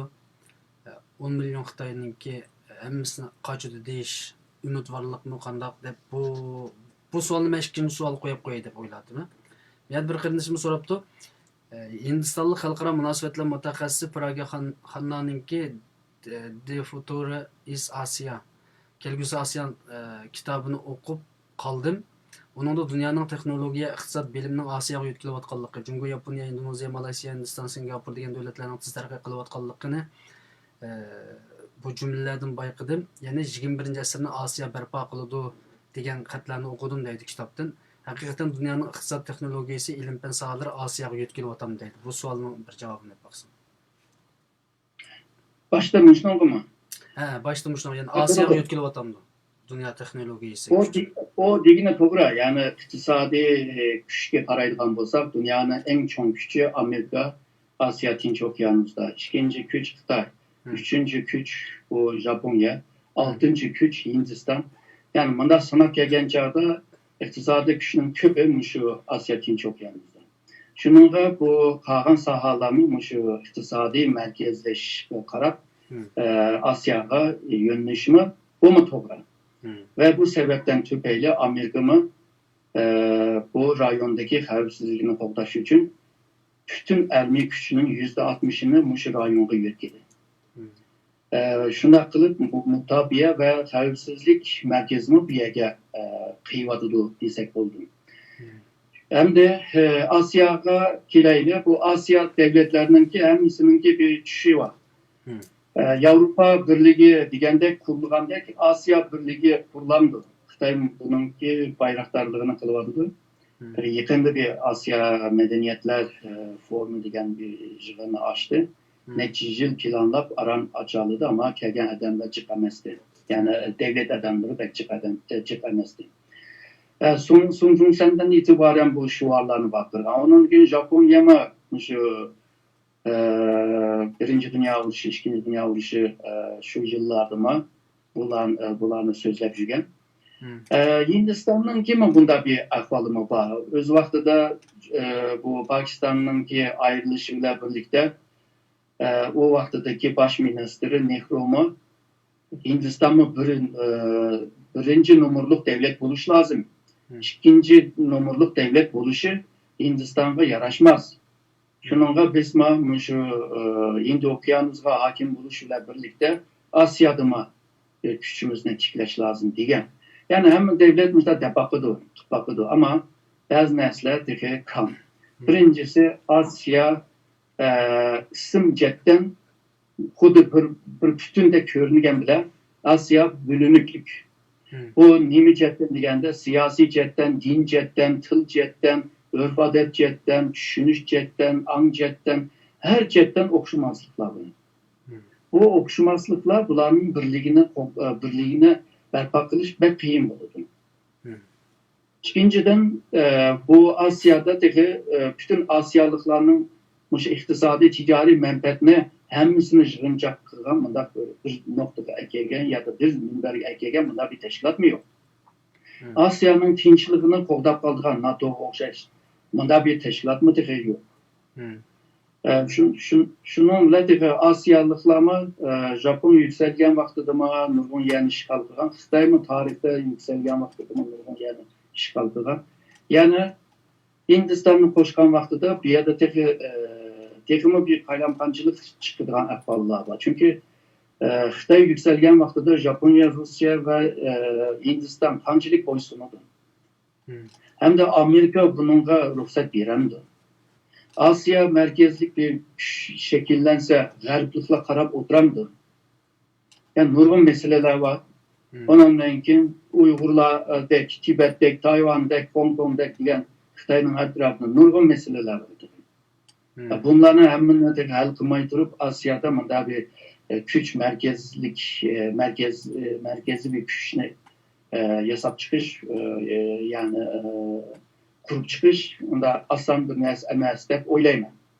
Hem de bazı müteahhitler kelbisinde müştak buludu dep düşendirdi ama o bir perez bu başka, biz şu perez dep kubul kılımız emdi. Aşına buludu dep karar veremeyiz emdi. Eğer aşın, düşündüm. Eğer aşında bolsa bizge qanday foydasi var yoki qanday ziyini var? Çünkü bu sualninki bir maqsadini qiladi. Bizge foydasi bormi yani? Asya Birlik kurulsa mı? Asya güçlense, Asya texnologiya, baylık, güç u yerga kelsa, bir Uyg'ur millatiga bir foydasi bo'ladimi? Uygurlar kanda payda alırdın ki yani Hindistan'ın teknolojisi, Xitay'ınki, harbi gücü, Japonya'nınki Yani bir küçüğünü biz qandaq faydalanırız? Yani bizge qandaq millet olarak millet buluşumuz bile qandaq bir fayda buludu. Yani biz uygangan vaqtida aram fayda buludu. Yani Uygurlarni qutquzadigan ikki muhim nokta var. Birisi şu ilim bilimge şoqulmuş yani ilim bile vatanını qutquzuş, milletini qutquzuş. İkinciden şu teknolojiye ehmiyet veriş. Yeni teknolojiye yani mevcut bağ teknolojiye değil emas. Yani bu iki nesge ehmiyet veriş lazım. Hem ictimai pende hem de şu tabi pende yitilip çıkış lazım. Yani meyil qaysı kesini okuyan bolsa aşk kesitten üzüp çıkış. Bu Uygurlar için naydı muhim yine amillerle kutuluşunki bir amilli dep oylayman. Bunu 1900 yıl evvel Hazreti Elime diyen bilim bile tırılıp kopkanlar ölmeydi orada. Şununla bu ilim bile yüzümüzünü qoğdayımız.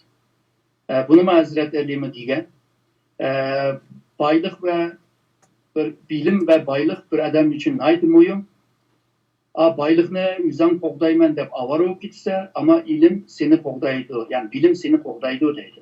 Şununla Uygurlar bilimge, teknolojiye naydı ehmiyet veriş lazım. O verilgen vaxtıda Xitay'ı bizden yokutup olamaydı. Yani Asya'da eğer de bilimle, teknolojiyle yükselip geçse biz üyengen takdirde bizge faydası bulurdu. İşte oylayman. Yani bu bir uzun müddetlik bir yol, stratejiye. Doğru, hazırdan başlapla planlaş lazım. Uygurlar talantlı insanlar boğanlarını bilimiz. Bazı yaş ballarını bazılarını tanıyman sırttan ve içten. Ulamın şu ilimde ve teknolojide üzüp çıkvatkanlığını mı üyendik. Bunu kögenden ki nahayet çok ümit bir vatıdı. Yani bizim kılgan işimizge bir çok töpe koşu vatıdı. Çünkü dava yalnızla şu siyaset bile emez. Ben siyaset depti bunun seviyesini yüksek kösettim. Aslında biz yalnızla faaliyet kılvatımız. Siyaset başka bir neyse bu. Faaliyet siyasetinin bir esvabı. Yani bir niyetini emelge aşırış için işletken bir esvab. Yani bir vasıta. Eğer de faaliyetine bir nişan kılvasak, vasıta emez. Nişan kılvasak o zaman kılgan işimiz hemisi önümsüz olurdu. Önümlük bulmaydı. Yani bunu hazır kılvatkan cereyanda bilemeyiz ama bir 3-4 yıl ötkenden kim bilgili bulurdu bunu. Çünkü neticesi çıkıp durdu bunun ki. Yani çıkıp gelgen çağda meyli bilim nerede bolsun, ilim nerede bolsun, teknoloji nerede bolsun, bizimki balla ülgünüşe tırışsın. Bir kısmı faaliyet kısım, bir kısmı çokum ülgünüp üzüp çıksın. Yani qo'shimcha bir savol bizning chet eldagi Uyg'ur jamiyatimizda bundaq bir ahvolning uchqundisini ko'ryaptamlar. Uygulanayotgan qilyapti. Masalan, hozirgi Uyg'ur milliy ma'rifi, chet eldagi mavjud ma'rif. Hem de bu başlanış bu başka nurgun kamcılıkla bulundu. Ama devam kılan seri onu tüzütüp, yükseltip, mangan takdirde bulundu dep oylayman. Çünkü Uygurlarının ki adı boğusu mu? Muşu ilim bile, bilim bile şokungan. Aşı ilim, bilim bile uzun yıl muşu İpek yolunda faaliyetten eğilip bağlan ve dünya medeniyetine tövbe koşan insanlar. Yani adı boğazı kılalıganlarını evlatlarımı kılalaydı dep oylayman. Hem de işini maaşını. Elbette bu sözler bek yaxshi gaplar. Yani bu bir ümit. Ama bugünkü bir qancha qitim dedik Türkiye'deki ma'rifni deyishgan bo'lsak deb. Türkiye'deki bugünkü medres ma'rifi olsun, meyli mektep ma'rifi olsun. Hem de asaslık sanımız şu ede. Türkistan'ı hesap qilmagan vaqtida. Yani Orta Asya'daki Uygurlarni hesap qilmaganda şu Türkiye'de biraz sanımız jiq ve şeyge muqim tuğanlarning farzandlari bor. Bu yerdagi ma'rifda hamda hozirgi yangi texnologiya, yangi ma'rif deganlarni Ügünüp atamdı, ügenmeyip atamdı degan meselelerni yana ayırım bunu bu yerdemde işkiranda çıraylık söhbetini tüketsek buludu ama keselini davamlık kesilimizni aşkar kılmasak ölümümüz aşkar oldu iş. Şu mence mening şahsiy fikrim Uygurlarning chet elda bir ciddi bir ma'rifga yuzlangan umuman ma'rifga yuzlangan mayli balalarimizning boshlang'ich maktabdan tortib o'rta maktabgacha bo'lsin. Yevropada mecbur Yevropa mekteplerinde okuydu. Bu yerda bir avantaj aktiflik var ama Türkiye'de bo'lsin mayli bundan boshqa yerlarda bo'lsin biroz tuvalligini his qilaman. Bunga nisbatan sizning bir javoblarni so'zlarini anglab boqadi. Dek kıyılanan millet, zulüm körüvatan milletninki ilim ügünüş ceryanında başka nersime aralışmalıdır. Çünkü biz milli kimlik ve dini kimliğimizden hoda kılış için mi yana ayrıca ügünüş mecbur kalırız. Onundan sırt, onundan kim ilim, bilim, teknoloji ügünüş mecbur. Eğer de Türkiye'deki bu mağrip hareketi ya ki mağrip faaliyetlerini benden sorsan ben yaxşı cevap veremem. Çünkü ben o işin işi de emez. Şununla o aşı işlerini, aşı mağrip işlerini ilip bir vakan aşı dini zatlarla röportaj kılıp aşlarla sözleşip aşlardan cevap iliş belki muvaffak mı gidip oylayman. Doğru. Yani sizlardek doktorlarning, olimlarninki biroz turtkilik rolini amaliy joriy qildirishni men umid qilaman. Chunki masalan, mayli Turkiyada bo'lsin, mayli boshqa yerda bo'lsin. Ya'ni ma'rifimizni biroz taraqqiy qildirish masalasida hozirgi yangi dunyo texnologiyasiga biroz Uyg'ur farzandlarini ekilish, diniy o'qish biz uchun muhim.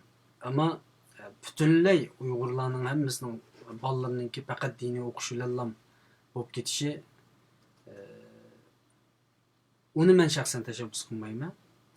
Fanniy tabiiy fanlarda ko'p o'qishni, mana shunday masalalarda hozir turtkilik bir boshlang'ichni men shaxsan ko'rmadim butun dunyoda. Yani Uyg'ur farzandlarininki bugungi dunyoda boshqa millatlar, taraqqiy qilgan davlatlar o'rganayotgan farzandlarning o'qiyotgan narsasini o'rganishga tashabbus, o şekildeki ma'rif, o şekildeki sınıf iç meselelerinde tövellikini es qilaman. Ular ikkinchi savolni so'raymi? Abay qarindishimiz so'rabdi ekan buni. Oldu. Bu savol yana shu kelgusi Sharq Turkiston qurilib bo'lgandan keyingi gaplar ekan. Shundan bo'lsa-mu qarindishimizning ko'ngli qolmasin, men buni so'ray. Ko'pincha Uyg'urlar kelgusidagi davlat shaklini munozir qilganda Uyg'urni asos qilib Uyg'uriston qurish yoki Türkiye xalqlarini jam qilib Turkiston qurish o'rtasida tortishadi. Menimcha asosliq masala vatanda puhra va askar bo'lib 10 milliondan ortiq Xitoy va 1 milliondan ortiq tungan bor. Bular Türkiye emas. Ko'pinchisi vatanning shimolida yashaydi. Ammo shimolda Uyg'ur bek oz, lekin vatanning asosiy boyliklari shimolda. Qanday qilib Turkiston qurib vatanning butunligini saqlag'ili bo'ladi debdi birinchi savol. Biroz uzun savol ekan endi. Buni siz tushungan bo'lsa, buna javob olay. Oldu. Ma bu 2003'te ben strateji planını yazgan vaxtıda 3. basqışda yani ahırkı basqışda başta bir meclis kurup umumi meclis. Bunundaki mecliste talaş tartış kılıp bir devletin şeklini belsek diye. Bence müşüler meniş lazım dep oylayman. Hem de bu talaş tartışlama bu gitti ulus devlet diyen ahval. O G'arbdan paydo bo'lgan bir ulus, bir devlet deydigan bir qoida bor. Shunga sen etnik emas, sen ulus bo'lgan taqdirda devlet qurish haqqing bo'ladi. Misoliga Birleşken Devletler Teşkilatı deb mundaq tarjim qilamiz. Aslında Birleşken ulus degan gap bu. Misoliga xalqaro munosabat deymiz. Aslında uluslarning arasındaki münasebetler diyen yapı. Yani her yerde ulus var. Devlet emez. Kayada biz bir yerde tuymadık misalda state diyenler, country diyenlerini biz siyasetlerde çık işletmeyiz misalda. Çünkü önce şu nation işidir. Yani ulus. Şununla Şərq Türkistan'da mı ulus devlet kuruş en muvafık dep oylayman. Ve Şərq Türkistan'daki işgalci Xitay'dır. Kalan milletler Şərq Türkistan zeminine, teritoriyene kabul kılan takdirde bunlar hemisi Şərq Türkistan grajdanı buludur. O Şərq Türkistan bütün grajdanla birlikte bir ulus buludur. Bunlar ulus degende Şərq Türkistanlık buludur. Onun bu Kazak, Kırgız, Türkiye halkı ama Şive Mongol başka bir milletten. Tunganlar Müslüman kerindaşlardan. Bularını şu Şərq Türkistan teritoriye bile bularını bir yerge cem kılamayız. Sen bir devlet kurdun. Bular mı kopup biz mi devlet kurmamız desi için. Ki Xitay hazır Şərq Türkistan'ı bölüp Tibet'te Uygurlarını bir yer mi beğenmedi. Uygur adının rayon degen bile Uygurlarga bergen bir adının yok. Tövenge karaydigan bolsam ma Kalpak'nınki aslı karsam Şimalda Kazaklar bir oldu. Cenubda Mongollarga Şimalının bir kısmına Tunganlarga, Kırgızlarga, Taciklerge hemisiga bölüp berdi. Senin bir yerin kalmadı çünkü seni aşında bir Uygur devleti kurmuşsun da Xitay anikleştirmişsin. Bizge tanımlangan. Ve şu vaxtdaki Uygur əməldarlarına bununki xəterligini kögeşke 1957'de Qingdao yığınında itiraz kılan gel. Aşı vaxtıda Joğunlay aşı neçükün bulağa hizmet işlep aran yolga sağgan. Vancılma Şərq Türkistan'da hemmisini korkutup enlikşiki yığınıma enlikşiki adamdan teşkil takan yığın durma enlikşiki o yığınıma Vancılma'nki bir sınırla takip etti. Aşla kögen mi azırtı otunun rayonundaki xəterligini. Yani Uygurlarga bir nəs kalmağanlığını. Hazır biz aşında Uygur'unki devleti deyilgan olsak, muşu Xitay'nınki senemeki destekleyen bulunuz. Xitay'nın muşu siyasetlige maslaşmayan bulunuz. Yani manda kılıp aytkanda Uygur'istan kuruş degen gepke özlerine alay bu cevap mundaq bolsa. Uyguristan degen vaqtida bütün Şərq Türkistan'ı eğer de içige ağam bir Uyguristan bolgan bolsa, Uyguristan ilan kılgan künüdüler Kazak otonom rayonu Kazakistan da kuruldu. Kırgız otonomiya Kırgızistan devleti de kuruldu. Tunganlar, Mongollar, Şiveler hemisi öz aldığı kuruldu. Ve buna Xitay kodlaydı. Ve kımıgan takdirde Xitay kıpırdı. Xitay muşunda boppanmışsın yani Uygurlar tamamen bu rayonga hakim bulup muşunda bir devlet kurulmuşsun der. Aşında bir otonom sistemi bile Şərq Türkistan'ı bölüp etken. Şununla Xitay'daydı. Şərq Türkistan köp tıllık, köp milletlik, köp dinlik bunda bir caydaydı. Yalnızla Uygur emesdeydi. 13 millet bile birlikte hazır 56 millet bağda cakalavadı. Bunun cakalışının hemisi şu Uyguristan degenlersine kuramısın degen değil. Onundan başka Şərq Türkistan'ın 3'lü bölüdüğün bir planları var. Bunu ta Gomindan vaktidirler batı bu plan. Eğer Şərq Türkistan'ı 3'lü bölü etken takdirde Şərq, Cenub ve Şimal. O vaxtıda Şərq Türkistan degen ısınma tügeydi vaxtıda. Kaysı Şərq Türkistan'ı tuttuğunuz, o vaxtıda kaysı Uyguristan buludu. Yani aldığımızda tekimi mürekkep meseleler var. Bizden ecdatlarımız işkiletten Cumhuriyet kurgan çaklıma. Aşı işki Cumhuriyetnima Şərq Türkistan dep atagan.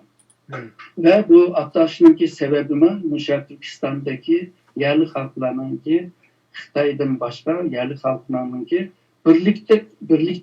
birliktelik olan bir devleti dep oylagan vaxtıda. 33 Cumhuriyet'ninki sızgan harita bugün Şərq Türkistan'ın hemisini işçi aldı. Şimaldaki Cumhuriyet kurulgandı mı Cenub tarafıya birip mi canlarını ilip birip ve uyanıp kutuzuştu mu tırışkan. Yani hemisi Cenub'da kurulsa Cenub'da kılıp Şimal'da kurulsa Şimal'da kalan emez. Hemisi şu umumi Şərq Türkistan'ı bir bütün de kögen. Çünkü Şərq Türkistan degen bu isim şu toprakta yaşayanlarını hemisine bölgeye cem kılalaydı. Eğer de başka bir ufkun şu milletlerine cidden çıkarmayı, bölmeyi, bölüşmeyi kılalaydıgan başka bir ufkun olsa onu mu oturumu koysa buludu. Eğer muvaffak olsa onu mu kabul kılaydı. Ama Uyg'uriston degan vaqtida o Xitoyninki siyosatiga dastlab qolgan gap va Xitoy tutib olgan gap. Allah razı Belki olsun. sualninki oxirini nima deb unutib qoldim yani. Oxirini ben okudum. Kurulduğun devletni mençe Hı. şu oxirgi bosqichga kelgan chaqda Hı. shu vaqtida meclisler hal qilaydi. Misalga Türkiye Cumhuriyeti 1921'de meclisni kurdu. Meclisde muşlarını talashdi. Talash tartışıldı, chegarasini sizdi, qanday bir hakimiyet bo'lsin, siyosiy, iqtisodiy, ma'rifga nima külturlar qanday bo'ladi, hammasini ashada muzokara qilib 1923'te onun devlet kurdu. Bunda ahvallar köp var. Amerika'da şunda kurulgan. Başta bir komite kuruldu. Komitede müzakere kılıp talışıp, uruşup, sokuşup, ahire muşu model, muşu şekil çıktı. Misalga Norvegiya misallarını bir kettim Norvegiya'nı. Norvegiya mı şunda şu Sivriyadan ayrılış için başta meclis kurgan. Ama devlet kuruluşu 100 yıldan kim oldu? Şununla Şarkıstan'ınki meselesini mi? Kandak devlet kuruluş, kandak olsun o bunu. Muşu 3. basqışqa kelgan chaqda, yakın kelib qolgan chaqda meclisler hal qilayli bunu deb o'ylayman. Çünkü vaqtida jiq fikrlar tushadi. Xil ko'z qarashlar tushadi. Ama belki savol so'rgan terindoshimiz mundaq deyish mumkin. Hozir nega bo'lsa xalqlar so'raydigan bo'ldi, sizlar qanday davlat qurmoqchi, qanday stilga davlat qurmoqchi deb. To'g'ri, bunun cevabını berish biraz qiyin. Hozir ba'zi davlatlarning odamlar bilan ko'rishgan chaqda sizlarning niyatinglar nima? Qanday bir devlet kuruluşlar deb shu siyosiyonlarni so'raydi. Ularni ba'zan qiynab qoladi ama jahonga, ya'ni jahonga en muvofiq, en uygun insonliklarninki manfaatini yaxshi o'ylagan, ularning manfaatini qo'llaydigan en ilg'or bir devlet kurumuz deb bunda bir diplomasi ve siyasi bir gap bilan cevap versi bo'ladi deb o'ylayman hozir. Manda devlet kurumuz, anda devlet kurumuz deyish belki aş vaqtida o'zgarib qilish mumkin hozir deganlar. Ama bir nişanımız var. Milletning erkinligi ve topraqning mustaqilligi. Doğru. Undaqda vaqtimiz mı 20'ga keldi. Ben Türkiye ve Rusya, Amerika meselesinde yanılan banvaşlık qilmasak, faqat aqlni ishga silib, fursatdan yaxshi foydalanib, to'g'ri bir şekilde ittifoqlik, hamkorlik asosida bir ish qilsak deb men shaxsan o'z ko'nglimda shunday o'yladim. Türkiye meselesi biraz yani yaqindan beri ba'zan gap so'zlar o'tirib chiqyotdi. Tayyip Erdoğan efendim Xitoyga berib keldi ve ba'zan kelimeler, cümlelerni ishlatganligi meylanga ma'lum bo'lyapti. Türkiye bizning chet eldagi Uyg'urlarga nisbatan muhim bir ya ikkinchi vatanimiz desak ham bo'ladi, bu so'zga men qaytilama. Türkiye'deki Uyg'urlarning kelgusi uchun Türkiye'nin to'g'ri bir tonish lozim bo'ladi. Sizlar uzun yil Türkiye'de turayotgan, Türkiye siyasetini taqim obdan tushunadigan kishining og'zidan javob olib olsak, o'shiq fitna fasod gap so'zlardan xoli bo'lamiz deb o'ylayman. Çünkü Türkiye'ni bir tushunib boqaylikki, biz uchun Türkiye qaysi o'rinda, Türkiye'nin nazarida biz qaysi o'rinda degan bu savol. Hazır bu Türkiye ve hükümetinin ki ayrımını biliş lazım. Yani Türkiye bir devlet. Hazır ki Prezident Erdoğan yalnızlı bir hükümet. Devlet mengü kalıdı, hükümet bugün elde özgürlük mümkün. Çünkü Türkiye bir demokrasi bir devlet. Saylan bile hakimiyet peşi kilerleydi. Şununla saylan bile kiyagendek saylan bile mi kitip kalıdı. Şununla bazı hükümet kurulgan vaxtıda o devletin temsil kılıdı ama yürütülen siyaseti belki Uygurlarga yakmaydan bakılış mümkün. Çünkü onunki bir düşüncesi bulundu siyaset hakkında. O düşüncesi bile siyasetine yürütülen vaxtıda belki Uygurlarga yapaydı ya da ziyan ekilerleydi. Ama hükümetki boğan narazılık ne? Türkiye devletiga norozilik bildirish Hı. to'g'ri bo'lmaydi. Hı hı. Çünkü biz Uygurlar, yani hammasi emas da bir kısım Uygurlar devlet ve hükümet ve halk deganni ayıramaydı. Hı hı. Türkiye degan vaqtida hem Türkiye devleti, hem Türkiye hükümeti, hem Türkiye halkı deb birlikte alındı. Misalga biz Xitoy degan vaqtida hem Xitoylikni alamiz, hem de Xitoy hokimiyatini birlikte alamiz. Hı hı. Bunun ayrımını bilib olgan vaqtida ba'zan norozilikmi bo'lmaydigan ahvol bo'lib qoladi. Misalga hozir mevcut hükümet eğerde Uygurlarga yoqmaydigan bir siyasetini ilib olgan bo'lsa, Türkiye devleti ve Türkiye halkı yanılı bizninki yenimizde bu deb o'ylash lazım. Eğer de bugün hükümet mi Uygurlarga yoqadigan siyasetini ilib olgan takdirde o vaqtida devlet, hükümet ve halk hemmisi bizni qo'llayotdi. Bizge hissasçılık bildiriyotdi deb qo'shal bo'lish lazım. Hem de bu siyaset to'la o'zgarchilik bo'lg'achqa o yaman qilganda xafa bo'lib, yaman bo'lmagan vaqtida qo'shal bo'lib qilishning kim hojat yo'q. Shuni bilish lazım. Bizge siyasetni, bizge yoqqan bir siyasetni ilib borgan vaqtida bugun bizge yoqmaydigan siyasetni ilib borgan ehtimoli bor deb mundaq bir anda bo'lish lazım. Hem de yaman kılıvatkan ceryandımı yaxşı günlerimi kilidi bir hükümet hem siyasetini bazen özgertidi hem de hükümet mi özgürdü. Özgergendiğin kimler tüzlü kalıdı diyen andımı buluş lazım.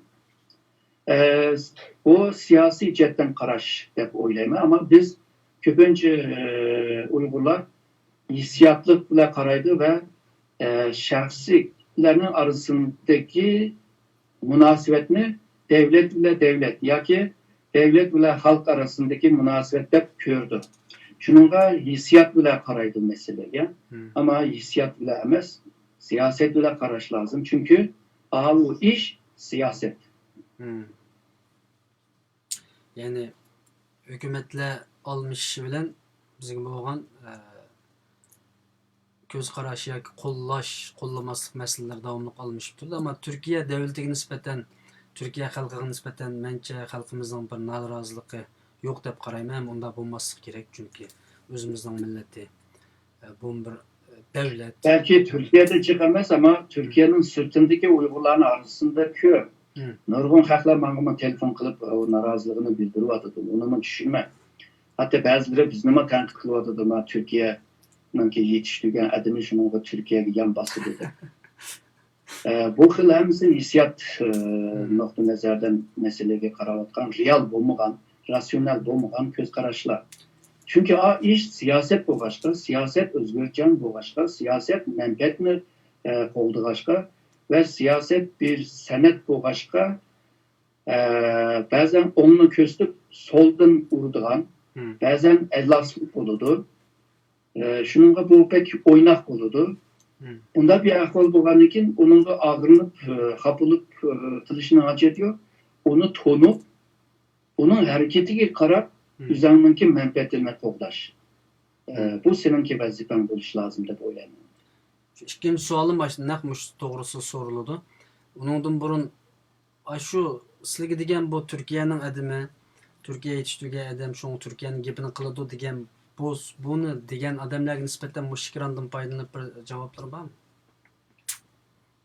Yok, ben Amerika'da, Rusya'da yaşab qolgan bo'lsam, yana o'xshash gapni qilaman.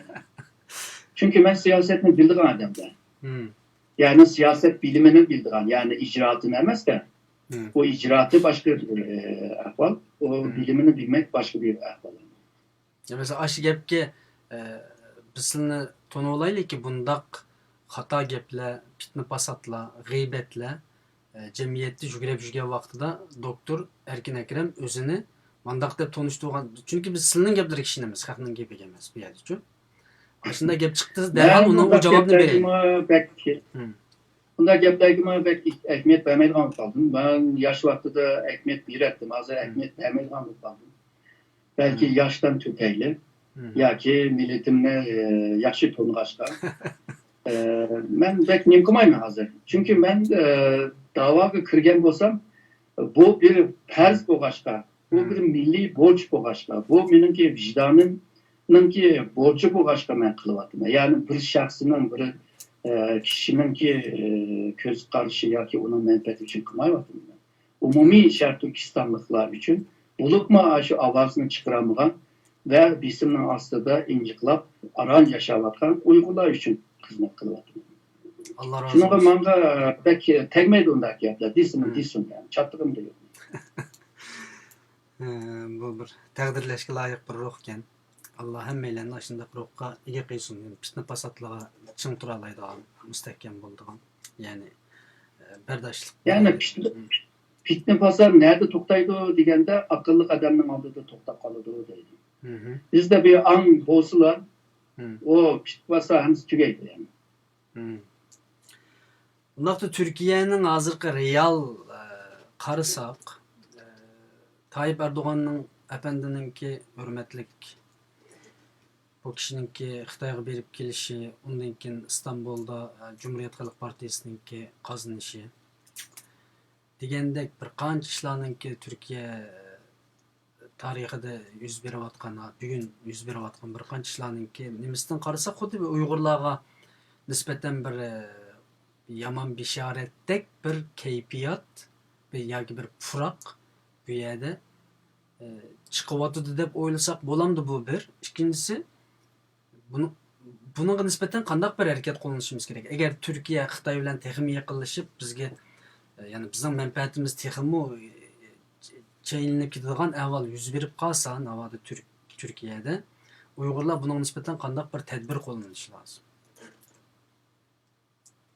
Burunma tolu dep kettik. Türkiye'de dava eğilip geliş için halk bile Türkçe degende kaynaşmak. Yani ittifak kuruş. Halkını yüzümüzge dağıtış ve halkının kollaşını kolu düşürüş. Yani hükümetini kolu düşürüşemez. Hükümet aşına halkaradaki vaziyet, rayon karakterlik vaziyet ve içki siyasetinin vaziyetinin özgürlüğüyle o hükümet mi siyasetini özgertidir. Hazırki Xitay bilan bo'lgan munosabat bir ahvoldagi yaqinlashishni. Ama halkını eğer de sen halkının istaşçılığına kolu düşürken bolsan ve ularla kaynaşkan bolsan o vakti de sen texmi güçlük olursa, hükümetten mi güçlük olursa. Çünkü hükümetke kiliş için ula avazı da kiliş lazım saylandan. Ama halkının talebinde Uygur ve Şərq Türkistan meselesi var degen vaxtıda ular bu meseleye köň bölüşke bir mecbur kalıdı. Bu halk degen vaxtıda yani bu NGO teşkilatlar var. Bu teşkilatlarla yakın münasebetlerini kuruş, ulağı berip, dertlerini anlatış. Mesela öz vaxtıda İsa Yusuf Abtekin efendim şu Türkiye'nin ayınıp hem yege anlattı. 1965'ki cima Memkimin Buğra Efendime aşılarını kıldı. Şunun Türkiye'de mesela benim işimde, benim işim etraftaki yaştaki Türkler ben Uygur degen vaxtıda çokum bu işki efendini soraydım. O vaxtıda televizyon yok, o vaxtıda radyoda var. O vaxtıda katnaş onay emez. Aşında turukluk, aşı hem yege berip, anlatıp, düşendirip Türkiye'de bir Uygur ve Şərq Türkistan davasının bağlılığını şu cemiyetinin hemme eden bulmasına köpçülükle anlattan buldu. Bence hazır mı şu siyasetine eğilip bir iş lazım de oylayma. Eğer hükümet Uygurlara istaşçılık bildirip olup mu insan hakları cidden eğer de köngül bölgen olsa o artıkça bir payda de kösek oldu. Ama esas payda şu halkla, NGO'la boğan münasebetini güçlendiriş. Eğer de artıkça bir payda yok kesme çok ziyan bulmaydı. Ama artıkça bir payda gelse o bizim perdeyimiz. Bence müştak karaş lazım. Çünkü devletler hemisi üzümki ali menfaatke karaydı. Ali menfaat toğur kep kalgan çağda kalgan milletlerinin ya ki başka gruplarınınki menfaati ikinci, beşinci nöbetke düşüp kalır. Onda oğanda birinci Mesela hazır bizdeki davayımız Türkiye'deki İstanbul, Bursa, Konya, mesela Kastamonu degandek yoki Kahramanmaraş bir qancha biz bir Uyg'urlar anjumanchi berib o'qiyotgan bir qancha shaharlarga kengayyotyapti hozir. Ammo 82 viloyat bor, mening bilishimcha herhalde xatolashmasam. Bunun kengayishimiz kerakmi? Yani Uyg'urlar boshqa viloyatlarga o'ltiraqlashib shu yerda siyosiy faoliyatlar, ijtimoiy faoliyatlarni ilib berish imkoniyati bormi sizlarcha? Agar real bir savol. Var yani çok şehirde yerleşiş ve iş yapıp kılış biraz kıyın ama kalan vilayetlerde yaşaşının ki imkanları mı var? Onayrak da oylayayım. Yani Uygurlar Türkiye'nin hem yeri yiyilip yerleştirme buldu. Çünkü Şark Türkistan davası Türkiye'den büyük. Şark Türkistan davası Şark Türkistan'da mı çok? Şuna Şark Türkistan meselesini oylayan vaxtıda umumi Türkiye'ni bir rayonda görüş lazım. Bir rayon boğanın ki o rayonun hem yerine yiyiliş lazım. Ama bir mesele çıkıyor bir yerde bu yüzününki Uygurluk kimliğini kanda kopdaydı. Özü kopdandı ama balları, nevrileri, çevrileri kanda kopdaydı meselesi var. Onu hem de şu teşkilatlar başkatırış lazım bu meseleye.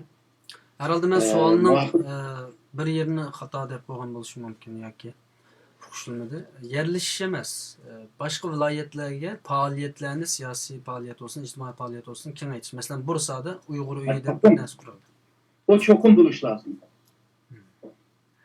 Mesela Türkiye'nin eğer real bir proje karakterli bir sözünü aytsak, Türkiye'nin 82 viloyatida emas, belki ya 52 viloyatida yoki 32 viloyatida Uyg'ur uyi qurish degandek. Çünkü men bunda qarasam Türkiye'de bir Uyg'ur uyi qurimiz deb har qanday bir viloyatga borsak, belediyeler yoki shu yerdagi yerlik tashkilotlar xalqlarningki qo'llaydiganligini %90% ko'ryapman. Shaxsiy ko'z qarashim. Ana shunday narsalarni ilib berishga imkoniyat bormi demoqchiman. Var. Yani misalga Germaniyada nurgun Tibetni qo'g'dash jamiyati deydigan jamiyatlar var. Bu cemiyetin içinde Tibetliklerini pek az görsenler. Yok bazı cemiyette Tibetlik mi? Uygurlar Türkiye'de mışında halığa ekiliş lazım. Tibet ile Gırmanların arasında tukançılık ya ki dini kıyındaşlık yok. Ama kılalıdır. Biz Türklerle hem dindaş hem ırkıdaş durup şunu kılamıgan olsak bizimki kamçılığımız demektir. Yani bu da ama ikinci aygıcımı Türkiye'de nurgun biz bilmeydiğin cemiyetler, tanımaydiğin şahslarımı aslında hıl şekilde namaşlarını kılıp Uygurlarını kollaşka tırıştı. Misalga bazıları 5 kilometre, 10 kilometre minip protesto kıldım deydi. Bazıları misalga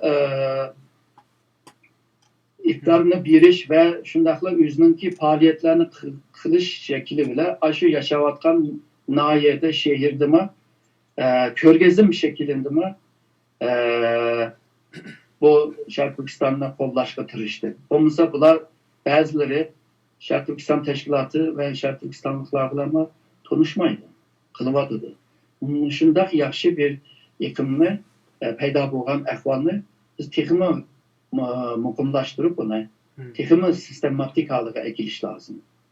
Mesela hazır İstanbul'da bütün teşkilatlı ya Uygurlarının aktifleri bir yer gelip İstanbul'da teşkilatına ait köpeyip gitti. Məlum aktivlar İstanbul'dan başka şehirge köçep şu şehirde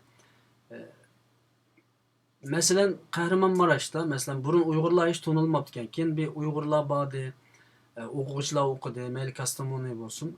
Bağandan keyin u yerdagi yerli xalq yoki shu yerdagi belediye teşkilatlar nihoyat jiddiy qo'llaganini biz ko'rdik. 99%, %100% hatta ba'zi yerda asosan qo'llagandan keyin faqat Uyg'ur bo'lmagan shaharlarga shu aktiv shaxslar borsa yoki ma'lum tashkilotni shu yerga ko'chirib berib, hech Uyg'ur bo'lmagan, Uyg'ur davosi bo'lmagan viloyatlarda ilip basa bu texim İstanbul'a topluşup algandan şu yerda texim yaxshi oldu ekan, ularni qo'llaydi ekan, iqtisodimiz yaxshi bo'ladi ekan, her jihatdan yo'laydi ekan. Shuning uchun sizning gaplarga asosan inshaalloh Turkiyadagi Uyg'urlarning albatta Uyg'urlar texim tarqoqlashib boshqa yerga yerlashish masalasi emas. Faqat Uyg'ur davosi bo'lmagan viloyatlarga ko'chib, ba'zi shaxslarningki shu yerda bir davoning urqini terisa inshaalloh hatto ba'zi yerlarga misolga bir Uyg'ur oilasi o'tganda bir Aydın deb bir viloyati bor deymi, shahar viloyatmi bu aniq bilmayman. Shu yerga berib qilib u odam borgandan darhol buni belediye boshlig'i qarshi ilib, buningga belediyadan ish tepib, buni yo'lab bu odam aktivist bo'lmasimi, Uyg'ur davosini qilmasimi, darhol buni quchqiga ilib, obdan foydalanibdi, obdan foyda beribdi bu odamga.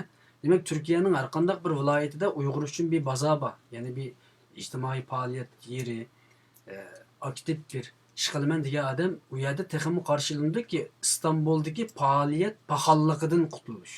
Ya'ni men qarasam har kun degidek ba'zi faoliyat bo'lib ketadi, ammo bu İstanbulning sirtiga chiqolmayotganligini ko'rib o'taman. Buning ketib qo'ydigan boshqa bir so'zlar bormi? Bo'lmasa men JP'ga o'tib ketaman. Savol. Mayli o'tib ketaylik. JP'ninki İstanbul'da qazinishi Uyg'urlar qanday ta'sir ko'rsatdi va buningga qanday tadbir ilib mangimiz buningdan keyin? Burun biz davani malum partiga, malum gruplarga bağlap ularninki yardımı bilan ve qo'llashi bilan faoliyat ilib borgan. Aslında Sharq Turkistonliklarninki bu ko'rgan zulmini CHP ile ko'proq qiziqish lazım dedim ben. Çünkü bunda ahvalga şu sol partiler texmi ko'ngil berish lazım. Ama Türkiye'de bunlar emas endi. Çünkü köpüncü zamanda 10 parti bile hareket qilg'achqa sol partiler Sharq Turkiston meselesini icra qildi. Bence bunundan keyin bu o'zgarish lazım.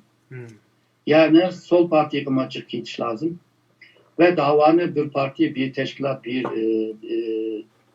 gruplarga bağlamak emas, xil teşkilat ve gruplardan yardım aladigan bunda bir davaga aylandirish lazım.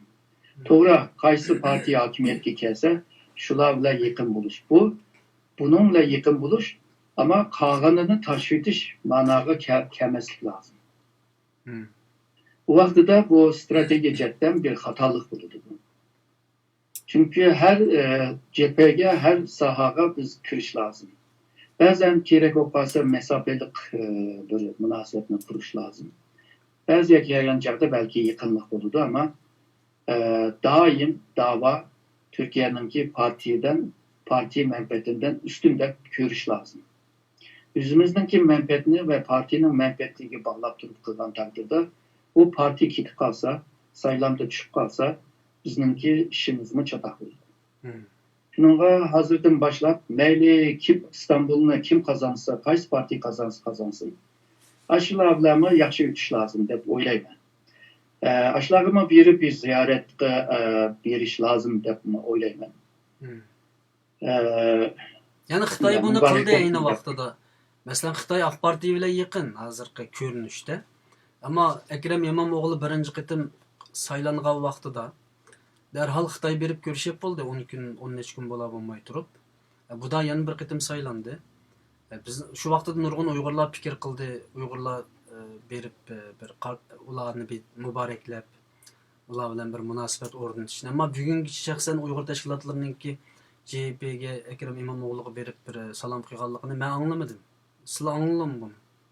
Yoki bunda bir erkak Hozircha anlamadim. Ben degandek bizningki Uyg'urlar ko'proq shu hissiyot bilan masalaga qarag'ashqa, men uni yaxshi ko'rmayman, shunaqa ziyoratga bormayman deb qaraydim. Ben dedim ve jakaladım, bu bir siyaset.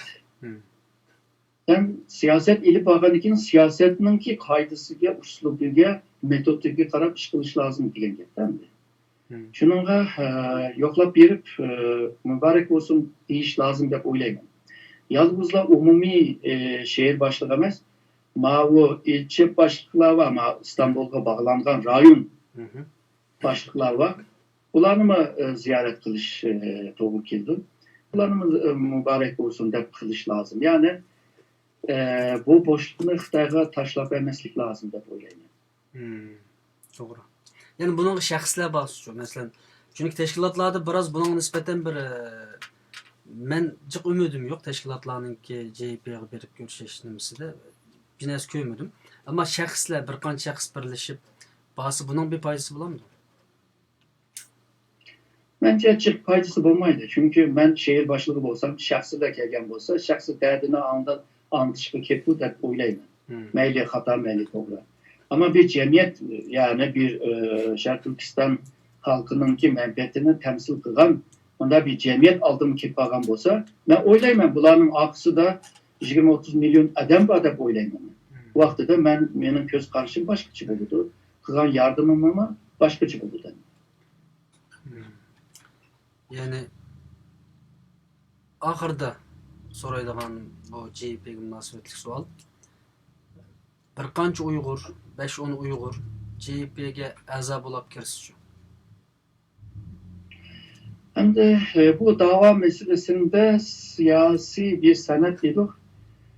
Senet bu başka xil partilerge kırsı buludu dep oylayman. Ama bu partini yaktırmay durup kırgen bolsam uya da Çin'e kalırsa berdir.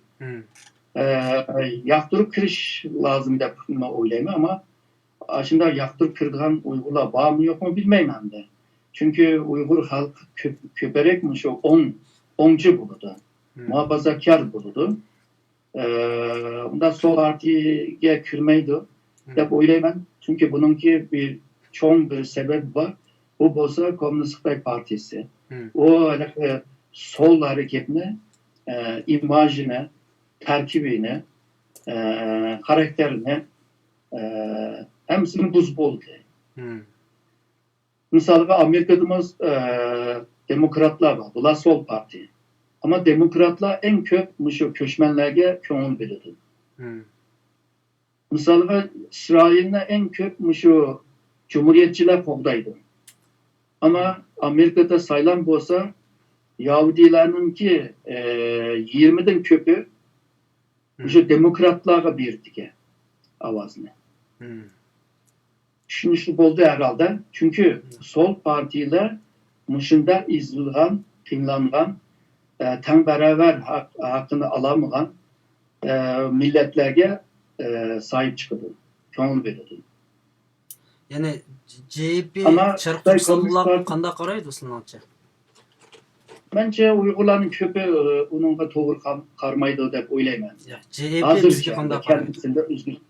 Bence CHP'ni red kılmaydı dep oylayman.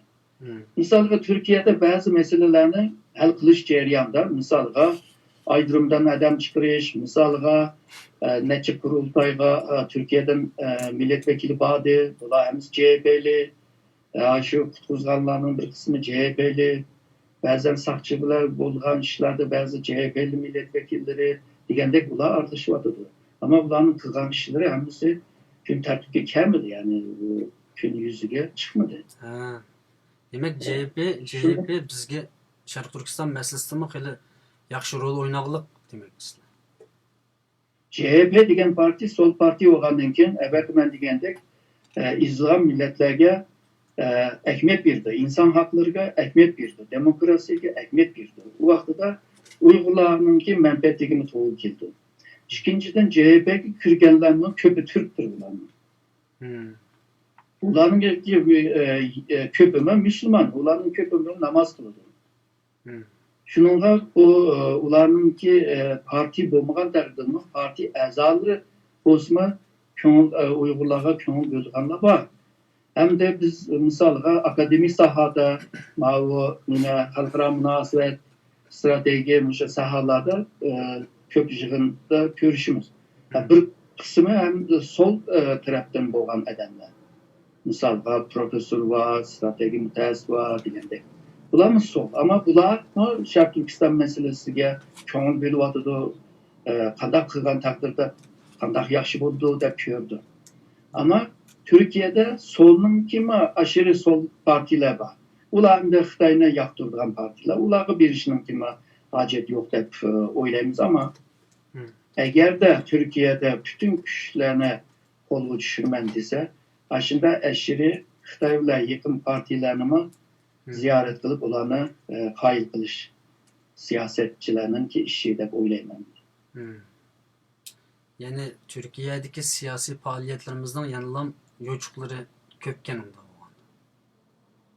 Mesela başka Şunda partiler. yani ya, bir yerden çıkışlarına kığılı buludu aslında. Biz kılavımı karşılamışında böyle tez günde kıyıvatımız. Ama yaşlar yetişip kıyıvatıdı.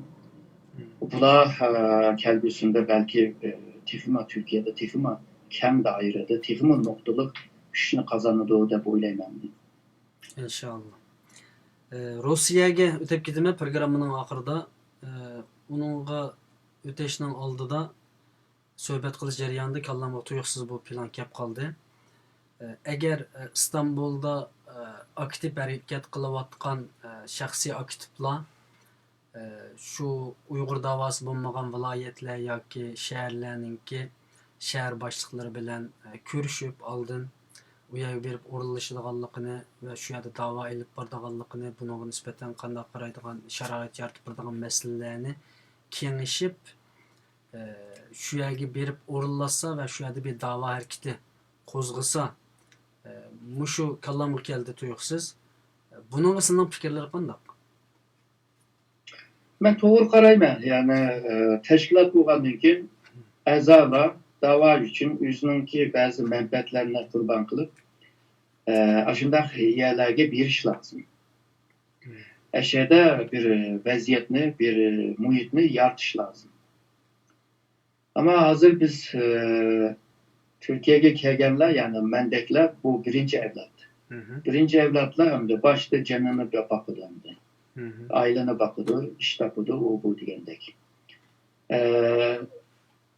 İkinci ve üçüncü evlatlarını bence aşında kılıp terbiyeleş lazım de oylayman. Yani malum yerler, vilayete, nahiye, hatta serabı biri eşede bir vaziyet muhit yaratish. Uyg'urlarga, dağlarga faydalık bir faaliyetlerini ilip bası buludu. Yani muşuna ikramımızdan faydalanıp bir Türkiye'deki qarindoshlarga teşebbüs qilsak inşallah bunu o'ylanib baqadigan qarindoshlar cho'qim chiqadi deb o'ylayman. İstanbul'daki aktif qarindoshlar, yani İstanbul'a to'plashib olgan harakatlarni biroz texim yaxshi qilish uchun da'vo bo'lmagan ba'zi viloyatlarni tanlab shu yerninki Abay belediye deb atapdimi Türkçe keçirisler şehir başlıkları, şehirlik komitet, şehirlik hükümet değil.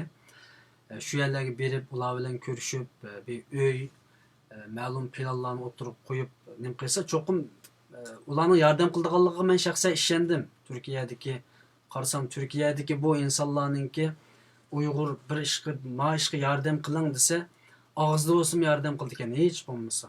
Bu bek cho'ng bir ahvol. Bazıları maddi Buğday millen olmasa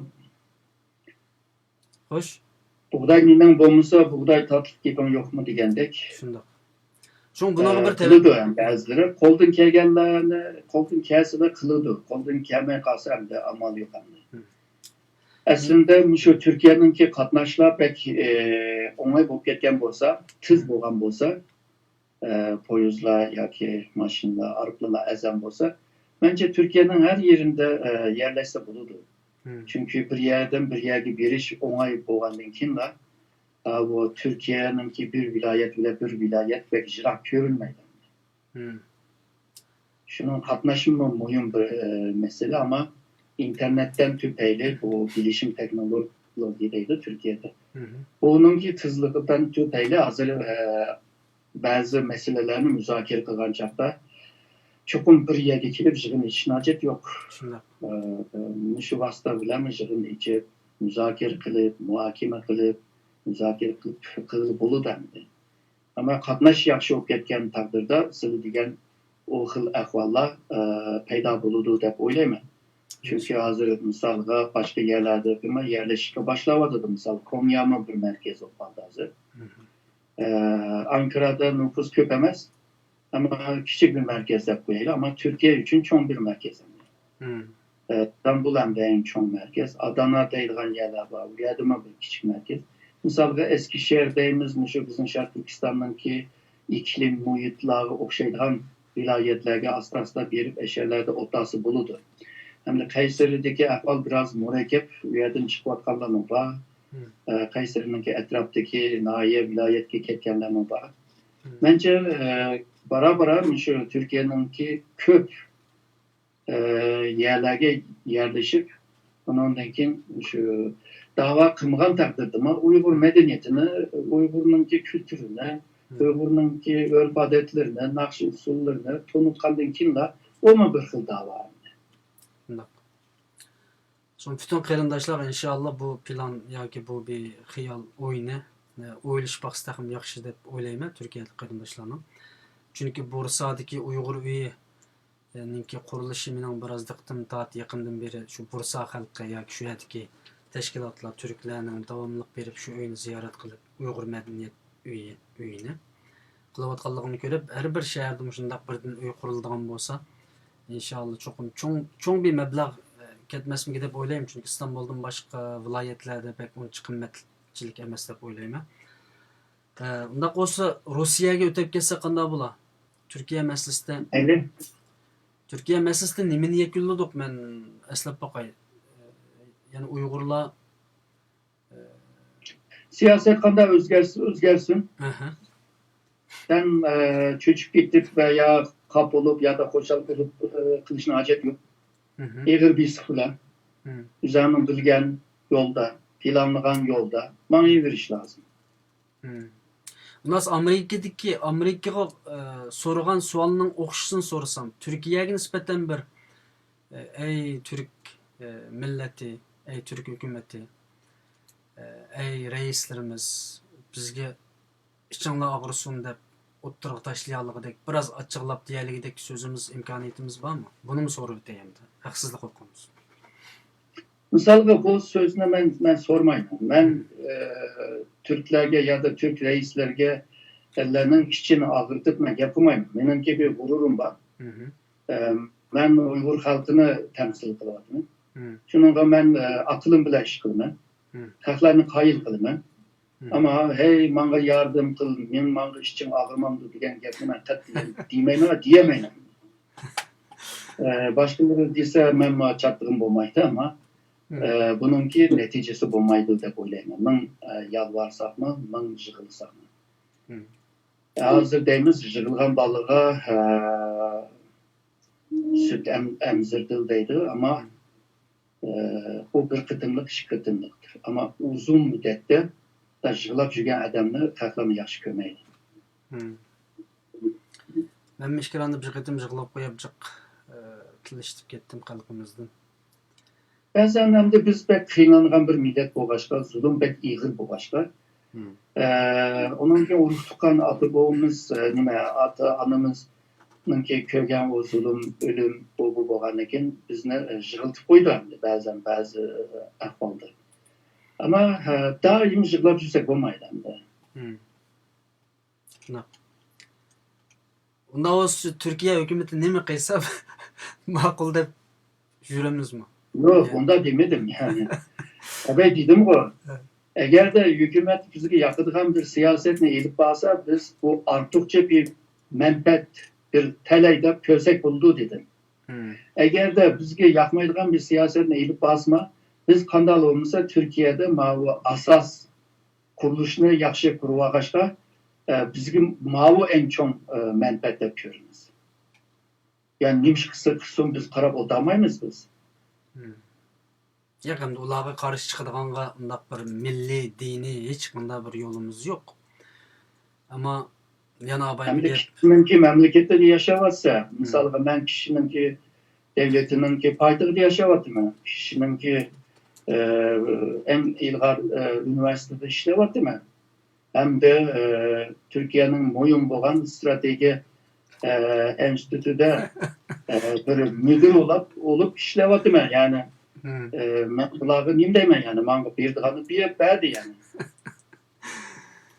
Albatta sizlar to'g'ri sizlarga nisbatan yoki Turkiyadagi Uyg'urlarga nisbatan ularga bir qarshi bir fikrimizdan bo'lishi mumkin emas, ama biz o kadar bir kıyında kaldık ki öldürülevatımız. Doğru. Yok boluvatımız ki müşkiran arkalık desek Türkiye hükümeti, Türkiye prezident, başbakanı, Cumhur reisi bazı. İşte ağırtanla demesek mi Yok, bizning işe o'ltirilayotganligimizni bilsin bu. bu O'ltirilayotganligimizni siyaset bilsin. bizga yoqmaydi deb nima xat yazsa bo'ldi. O'ltirilayotganligimizni bilsa yaxshi bo'ladi. Bunu Türkiye bilmeydi desek yalan buldu. Yani Türkiye'deki malum yerler, malum reisler hepsi yaxşı bilir bunu. Misal kadaydı 19. əsrin ahırı 20. yüzyılınki bişide bu Avrupa'da nurgun şu Yahudiler öterdi. Bütün dünya karab otardı. Onun kim yanı şu insanlar soğuk canlı emdi tüyütüp dünyaya tinçlik geldi deb düşünmektedir mi? Afrika'da nurgun yerlerde soykırımlar oldu. İnsanlarını kabile kırıp etkenken. Misal dünya yanı karab turdu yaşlandı. Şununla bu dünyada karab turduğun ahvallar var. Ama aşında ahval olmasın da biz tihimi çıkarak tırışmak lazım. Aşılarını kayır kılışla tırışmak lazım. Soykırım kayır kılış katliam kabiliyetin qilib olsa o'ltirib bo'lgandan keyin soykırım qilding deb jinoyatni shularga otdi, ammo qatliamda nurg'un odam o'lib ketdi. Ya'ni nurg'un millionlarcha inson o'ldi. Sharq Turkiston hozir shunga o'xshab qilyotdi. Hozir bizning eng ziyon tortayotgan yerimiz bu. Dunyo bizning o'ltirilayotganligimizni bilib turyotdi. Ma'qul.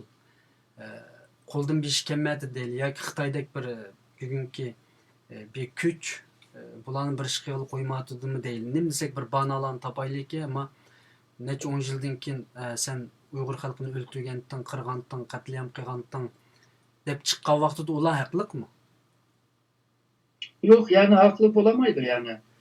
Hakiki hak hem de Allah'ınki hakkıdır. Yani ular nime çatak kılgan olsa ularның günahlarını ödeş için ular mı cezalanırdı. Yani ama bizni kovdumudur, kollumudur. Şunlaşka ular doğru işkimidir deb istilvasak belki ular mı bizden tığımı jıraqlış mümkün.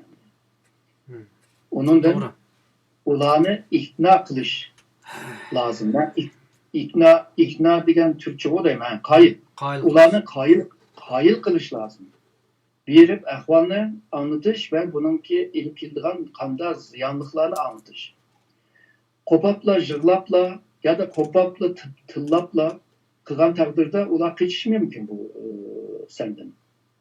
Shuningga ularni qayil qildigan bir yaxshi bir uslub işletish lazım. Uslub mu bo'lgan? Taqatlamaslik lazım.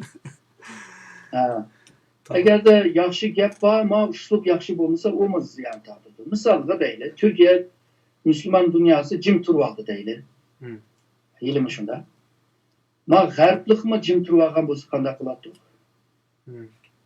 Unda bo'lsa, yilimi ma u g'arbliklar borki, undaqda G'arbliklarninki bu meseleni kun tartibga kelib matbuotlarda buni ko'plab anlatish ve biz bilmaydigan manbalardan izlab tepib mushu ishni haqiqatni mushu hozirgi jazolardan haqiqatni dunyoga to'ntirgan ashlar. Misolga deyli, bir mezgildan keyin bu asta tugishidi bu kun tartibchi. Vaziyat bo'lg'achqa qanday paydo bo'lgan bo'lsa shunday yo'qoladi. Chunki vaziyat bu. U vaqtida qanday qilamiz meselesi bor. Shunga hozir mayli Türkiye, mayli Müslüman dünyası turib tursin, G'arbninki bizga yaratgan bu foydani qanday foydalanib, buni qanday bu vaziyatni qanday ustirish, yeyib qilishni biz planlash lazım hozirdan boshlab. Chunki ertaga buni tugab ketish mumkin yani. Qarsa Uyg'urlarga shunchalik yardım qilsak, Uyg'urlarni jim turib ba'zan de derdini anlatib qilyotdi, ama siyasi fikir ve siyasi metotlarını, yöntemlerini uslublarını bizge kösetmek yürüvatıdı o. Hep oylap kalsa o çatak buludu. Bununki bunda ahvalda tarihte nurgun ketim köydü.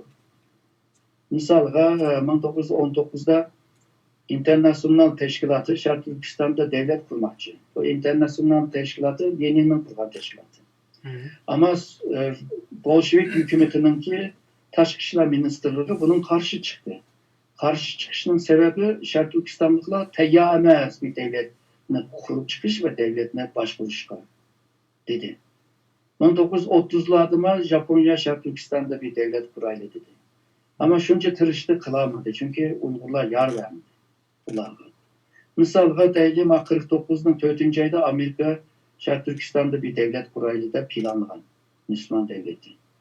Ahire yana şu bizning haklar yar veremedi ona. Keyin ondan keyin bir tadqiqotning neticesinde 87'de Amerika'nınki bir tadqiqot merkezi Şarkı Türkistan'da bir isyan çıksa Xitay hakimiyetine tevrdelemdi o deb bir tadqiqotni ilk birdi. O yerdeki xulasıma Xitayni tevrdemeydi o degan çıkıldı. 1991'de yine bir Amerika'nınki bir tadqiqot merkezinde tabii bu projenin hükümet birdi. Yani hükümetinki organları birdi bu tadqiqot merkezleri. Uygurlarda bir isyan çıksa tevrdelemdi o Beijing hakimiyetini. Yok tevrdemeydi o deydi. Yani şunu demekçi ben. Gariplikler bizge bo'lgan ko'z qarashlarda biz tehi ularninki istagan seviyede yoki u cho'nglikda tayyor emas. Qaysi taraflardan? Mayli siyosiy kuch, askeriy kuch, iqtisodiy kuch, aql kuch eng muhim bo'lgan. Misalga deyli, Amerika Xitoydan bek to'yab ketdi. Shu Xitoyni joylamak uchun hem mavu nimada Asya Tinch okyanus tarafdan hem de O'rta Osiyo, Tibet, Sharq Turkiston, Mo'g'ulistondan harakat qilaylik, Xitoyni bir boqaylik degan taqdirda Uyg'urlar bu ishga yarmisa veya da Tibetliklar ve Moğolistanlıklar yarmisa Amerika bunu qilmaydi endi. Mao 2015'te bir tadqiqot merkezininki adamlar Uyg'urlarni tadqiq qildi. Suudi Arabistan'dan, Türkiye'den, O'rta Osiyo'dan ve Amerika, Avrupa'daki devletlerdeki adamlarla mı görüşüptü. Belki nurgun gapni degandiki nurgun Uyg'urlarni ismi kelgandi. Görüş bo'lgandan keyin chiqqan xulosa shu. Ben burunma shu TV'de mi dedim. Uyg'ur teröristler teröristga o'xshamaydigan siyoset so'zlab turdi deydi. Uyg'ur siyosetchilar siyosetchiga o'xshamaydigan tarix anlatıp turdi deydi. Uyg'ur ziyoliga o'xshamaydi deydi. Bular siyoset anlatıp turdi deydi. Ticaretçiler çoğu dese o ticaretçi gibi o'xshamaydi ular siyoset anlatıdı deydi. Yani Uyg'urlar kesbi emas yani. Bir sahada kesbi emas. Hem de bu ahval bu bo'lgandan keyin bundaq tadqiqot merkezler bunda tadqiqot merkezlerinin arkasında çokum bir devletin gücü var. Çünkü o pul verdi, bular tadqiqotni ilip bardı. Şununla bu tadqiqotninki neticesi Uyg'urlar tehi pishib yetmekti degan bir xulosaga keldi. Bu xulosa bizga yardım qilish yoki boshqa ish qilishda to'saqlik oldu bu bergan raportchi doklad. Demakchi shu. Shunga bizningki Uyg'urlar darhol yetishmek lazım. Kesbi insanlar buluş lazım. Profesyonel buluş lazım. O zaman da belki işini doğru kılalayız. Çünkü gariplikler mında qaraydı. Bir kesipte, bir işte profesyonel bulamıgan takdirde o önüm töpe koşamaydı, önüm giremeydi de kördü. Bundan takdirde biz yetişmek lazım. Ama Nurgun Uygur belki deydi, ben zaten teyyahı, ben yetiştim bu da. Hem yerde sözler bakan Uygurlar var. Ama şu sözlerinin içinde aşı profesyonel bo'lmaganligi, aşı kesbi bo'lmaganligini sen üzerine çandırıvatsa. Çünkü sen o kesipte emas durup o kesipteki gapni kılvatsa. Çünkü o kesipnin özünün hukumları var. Özünün sözleri var. Hı. Misalga tömöcüde işletilgan sözlerini sen yağaççılıkta işletken bolsan, halklar seni yağaç emasga deydi. Maşinchilik bir nima? Uçuk. Şununla mening degan ang shunimi ichiga oladi. Ya'ni bir seviye o'sish lozim. Yana Ben, hozirning o'zida dunyoda Sharq Turkistonning mustaqilligini planlayotganlar bor deb tushunsak bo'ladimi? Hozir planlayotganlar deb tushunmaymiz. Hı. Xitoyni yıkmoqchi bo'lganlar deb tushunamiz. ya'ni bizning mustaqil bo'lishimizni orzu qiladigan hech kim yo'q yani. Yok yani Xitoyni yıkıp bergandan keyin ish uzanga qoldi bu. Hamda hammani yig'ib tayyor qilib, mehmon qilib, ortlarga selib, Urumchiga akilib, hukumat saroyiga o'taqizib, sen rais deb qilamdamdi. Bu qolgan ish uzangning ishida. Tayyor ayya degan narsa yo'q bu dunyoda. G'arbliklar deydi bu. Bikaga tush tomoq yo'q deb. Har tomoqningki bir maqsadi bor, bir niyati bor. Allah razı olsun. Allah Vaktimiz sizlardan razı olsun. bek az kaldı vaktimiz. Belki 10 minut, Aha. 15 minut sürdü. Bunun da Rusya'nın azraq düşünüp alsak, Rusya'ya mı biraz açığım var. Hı hı. Tarihteki bu işlerin yan tekrarlandı. Çünkü bu yeni dünya düzeni degen bu Türkçe yak Uygurçası yeni dünya kuruluşu da yak uğurlaştırılışı da çoğun devletlerini sanısak şu Amerika, İsrail, İngilizce, Rusya yoki agar qaytish to'g'ri kelsa Xitoy degandeklarni ochadi. Rossiyaning bizning bir qo'shnimiz bo'lish, qo'shni davlat bo'lish sifatida bizga bir qandaq bir davlat, bizga qandaq qaraydi, biz qandaq qarashimiz kerak. Yani Rossiya siyosatida, Uyg'ur Rossiya siyosati. Mushuni biraz tushunib boqing. Rusya'da tanılgan bir jeopolitik mutahassisi var. Alexander Dugin deydigan. Dugin'ninki yazgan Rusya'nın jeopolitiki degan bir kitap var. Bu kitapta deydi Rusya'nın çigrası pek uzun. O çigranı qo'g'dash yolg'izla roketa yetmeydi. Onundan Muşu çigranın ki A tarafdaki milletlerini kozgandırıp o devletini acizlaştırıp yani acizlaştırış emas bu çıkaran ciderler şokmuşka meşgul kılıp Muşuna başvursak olduğu deydiğen bir ibaresi. Bu aslında hem Stalin'i işlerken hem burunki Çarlık Rusya'nın ki Çarları yani padişahlarının bunu kılanın. Ruslarının ki bir eneni siyasetinin bir enenisi. Bunun kim var? Xitoyga taqabul turish uchun Ruslar yana şu Moğolistan'ı ve Mançuriyani, Sharq Turkiston'ni qo'llanadi deb o'ylayman. Çünkü Xitoy Amerika bu da Xitoyni tizginlashtirolmasa, hamda Xitoyni tizginlashtiradigan hech bir kuch bo'lmaydi. Ve bu Amerika keyniga qadam bosib qolsa, Xi Jinping texnik kuchli lider bo'ladi. Xi Jinping zaten bunu istemedi. Çünkü bir liderin güçünü köstüş için bir canga kiriş lazım, bir küreşke kiriş lazım. O küreşte tutup çıkandan ki o tekimi güçlü oldu, müstehkem oldu.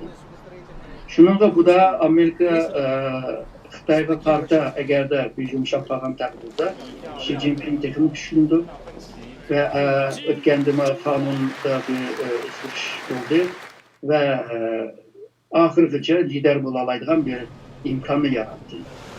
Şununla bu Xi Jinping tekimi diktatörleşi Xitoyni tekimi güçlü bir halıqa ekilip, etraf devletlerge tekimi tehdit edip, anda kılış mümkün. Çünkü yükselgen bir güç etrafı yiyildi.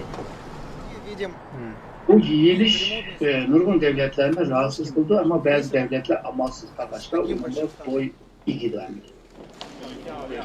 Bunda bir peyde Rusya özünün toprağını qo'g'dash uchun Xitoyga taqabul turish kerak.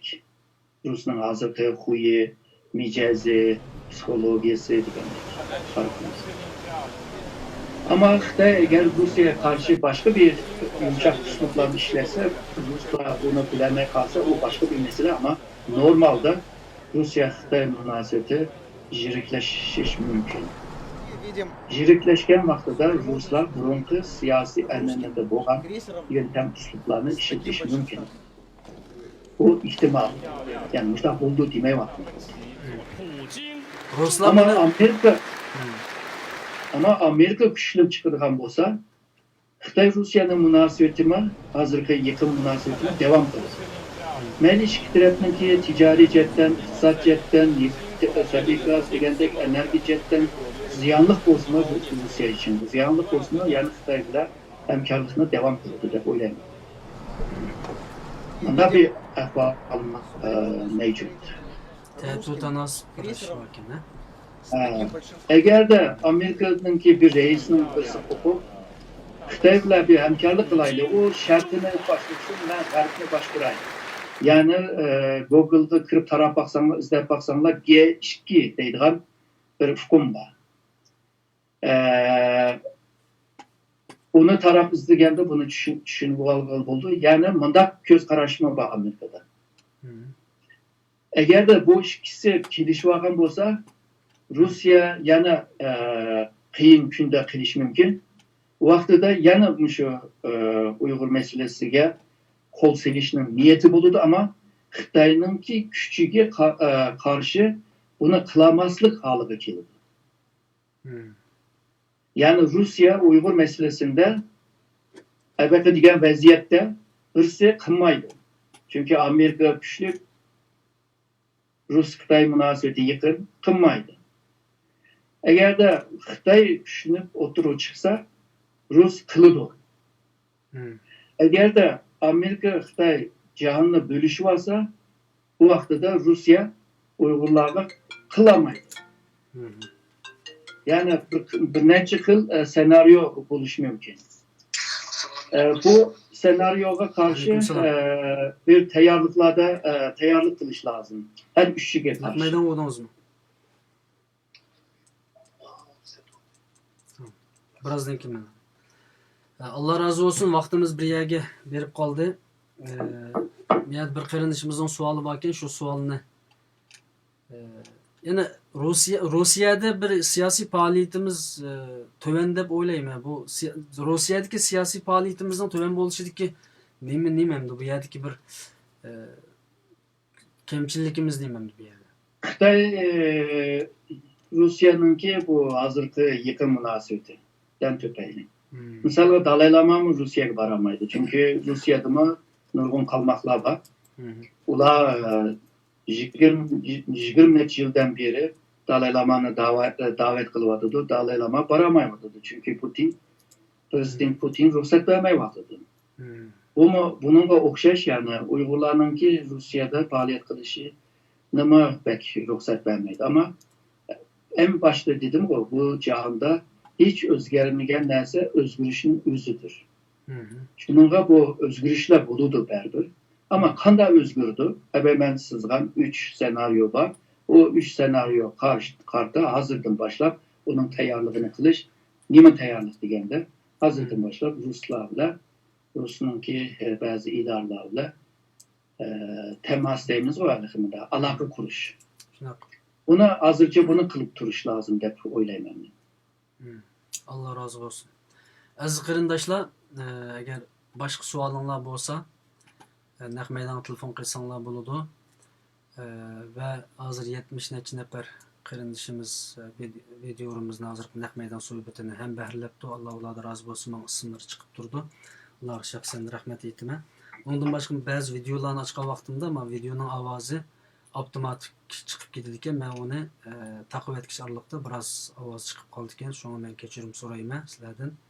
Yetishib bo'lmay qoldi ba'zida. Chunki 5-10 videoni biroqla programmaga yuklab olganligimiz uchun.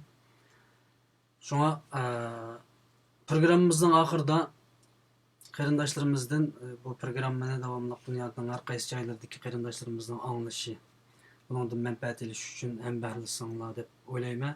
Ve ahırda bir qarindishimizningki savolini doktorga yetkazman. Debdi savolida tunigun Avstraliyaning televiziyasida Avstraliyaning siyosiy yo'llari bizning ishimizni muhokama qildi va oxirida bu ishlarga qo'l tiqsak bizningki savdo manfaatimiz ziyon uchraydi. Xalqning manfaatini Uyg'urni deb ziyan uçratmaymiz degandek bir so'zlarni qildi. Buningdan doktorning xabari bormikan deydi. Yani sualning o'zida hamda yani bütün mesela bazı devletler Sharq Turkistonninki mustaqil bo'lishi yoki Xitoyning cho'kishini o'ylagan taqdirdami uning iqtisodiy milliy manfaati ziyon uchraydigan bo'lib qolsa darhol buni yug'ishtirib hozircha bizni tashlatdi degan gap ekanda buningda. Mushu savolga sizning og'zingizdan bir javob olaylik. Çünkü men ba'zi yerdan Sonra bunda ahval nima Kanada'da mı var? Germaniya için mi var? Ama devletler özününki menfaatteki karta bu siyasetine, okşamaydıgan siyasetlerine ilip var. Eğer de Avustralya'daki bu meselede haberdar var mı dese haberim var. Benimki azab olan bir top var.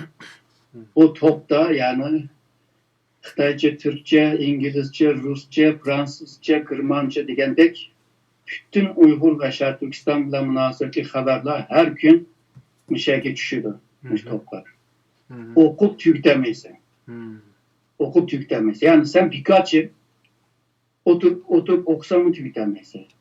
Yani biz maşincilik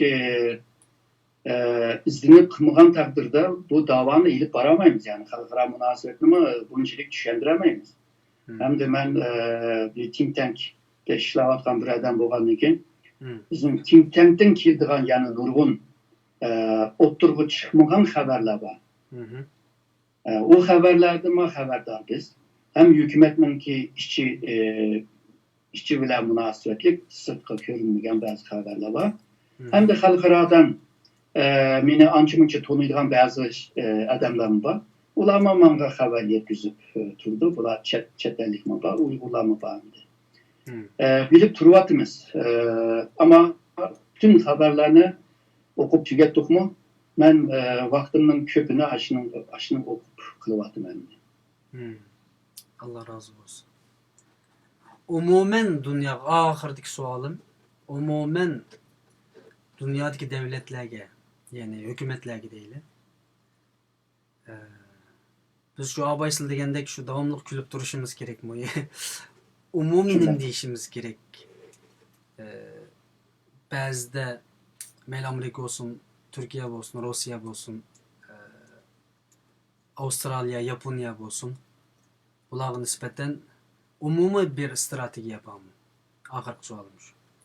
Siyasi. Şarkı Türkistanlıklar için umumi stratejinin ki maksatı bir müstakil bir devletini kurup ve şundakla vatanının, milletinin ki mevcudiyetini qoğdaş ve milletinin terakkiyeti ve yaşayışını gaye kılın. Bu gayeye erişiş için bütün dünyada ayrı siyasetlerine elip giriş ve bazı vaktlarda Garp devleti, bazen Şark devleti dep durup, bazen şu Avustralya, Kanada'daki Xitay bile boğan bu ticaretten tüpeyli, bazen de bizge köngül bölüp, bazen de bölemey, bazı kişiler bölüp, bazı kişiler bölemeyende, bundakları karta yine ayrı siyasetlerine ilip giriş lazım dep oylayım. Yani her devletinin, her milletinin ve her hükümetinin evveli karta ciddi bir siyaset ilip giriş. Şunun karta iş ilip giriş gerek demek sizler. Bunlar çok bir strateji. Ama yanılan gücümüz az ve buna bazı yerde kamlaştıralatımız, bazı yerde kamlaştıramatımız, bazı yerde ait aciz gidiyordu.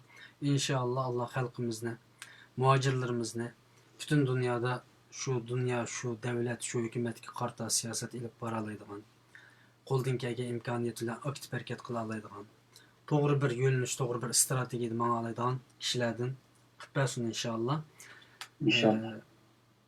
Ko'rayotgan qarindoshlarimizning soni ko'p. Mening orlig'im yo'q, ammo vaqtimiz bir yak berib qoldi. Shunday. Oxirgi so'zlarni olsam, undan keyin qo'shilsak deyman. Sizlarga ko'p rahmat. Allah razı olsun. Qiyin sharoitlarda bunday programlarni ishlab qilyapsizlar. Ko'p odamlarga foydasi bo'lmasmi, ammo muhim odamlarga foydasi bo'layotgandir deb o'ylayman. İnşallah. Ondan keyin ekranda saat 1-2 saatdan beri chidab turib meni kögenler üçün ulağa kök rahmet etme. Allah sizlerden razı olsun. İnşallah tigma yaxşı bir günlerde memlekette mışında bir TV programda sözleşemiz. İnşallah. Allah razı olsun. Aziz Allah qarindoshlar, sizlerden razı olsun. rahmat. Doktorga rahmat aytaman yana bir qitim. Vaqtini ajratib, ishlab berib, ichib kelsimi yana kechda biz bilan xalqimizga, qarindoshlarimizga xizmat qilyotdi. Inshaalloh buning ajrini qiyomat kuni Allohdan oladi. Dunyoda bizdan oladi inshaalloh. Ilm odamlarini, mutaxassislarimizni, doktorlarimizni qadrlaylikki, ular biz uchun xizmat qilayotgan maydonda bo'lgan butun qarindoshlardan Allah razı olsun. Saatlerce bir yerde bel ağrısı mı, göz ağrısı mı sözləvatımız ki, xalqımız anlasın deb. Dünyanın hər qaysı yerlərdəki 50-60 min, 100 min insan anlasın deb. Şuna bunu faqat əmbəhirliyə vaxtımızda kişilər anlaydı, əmbəhirlimisək anlamaydı.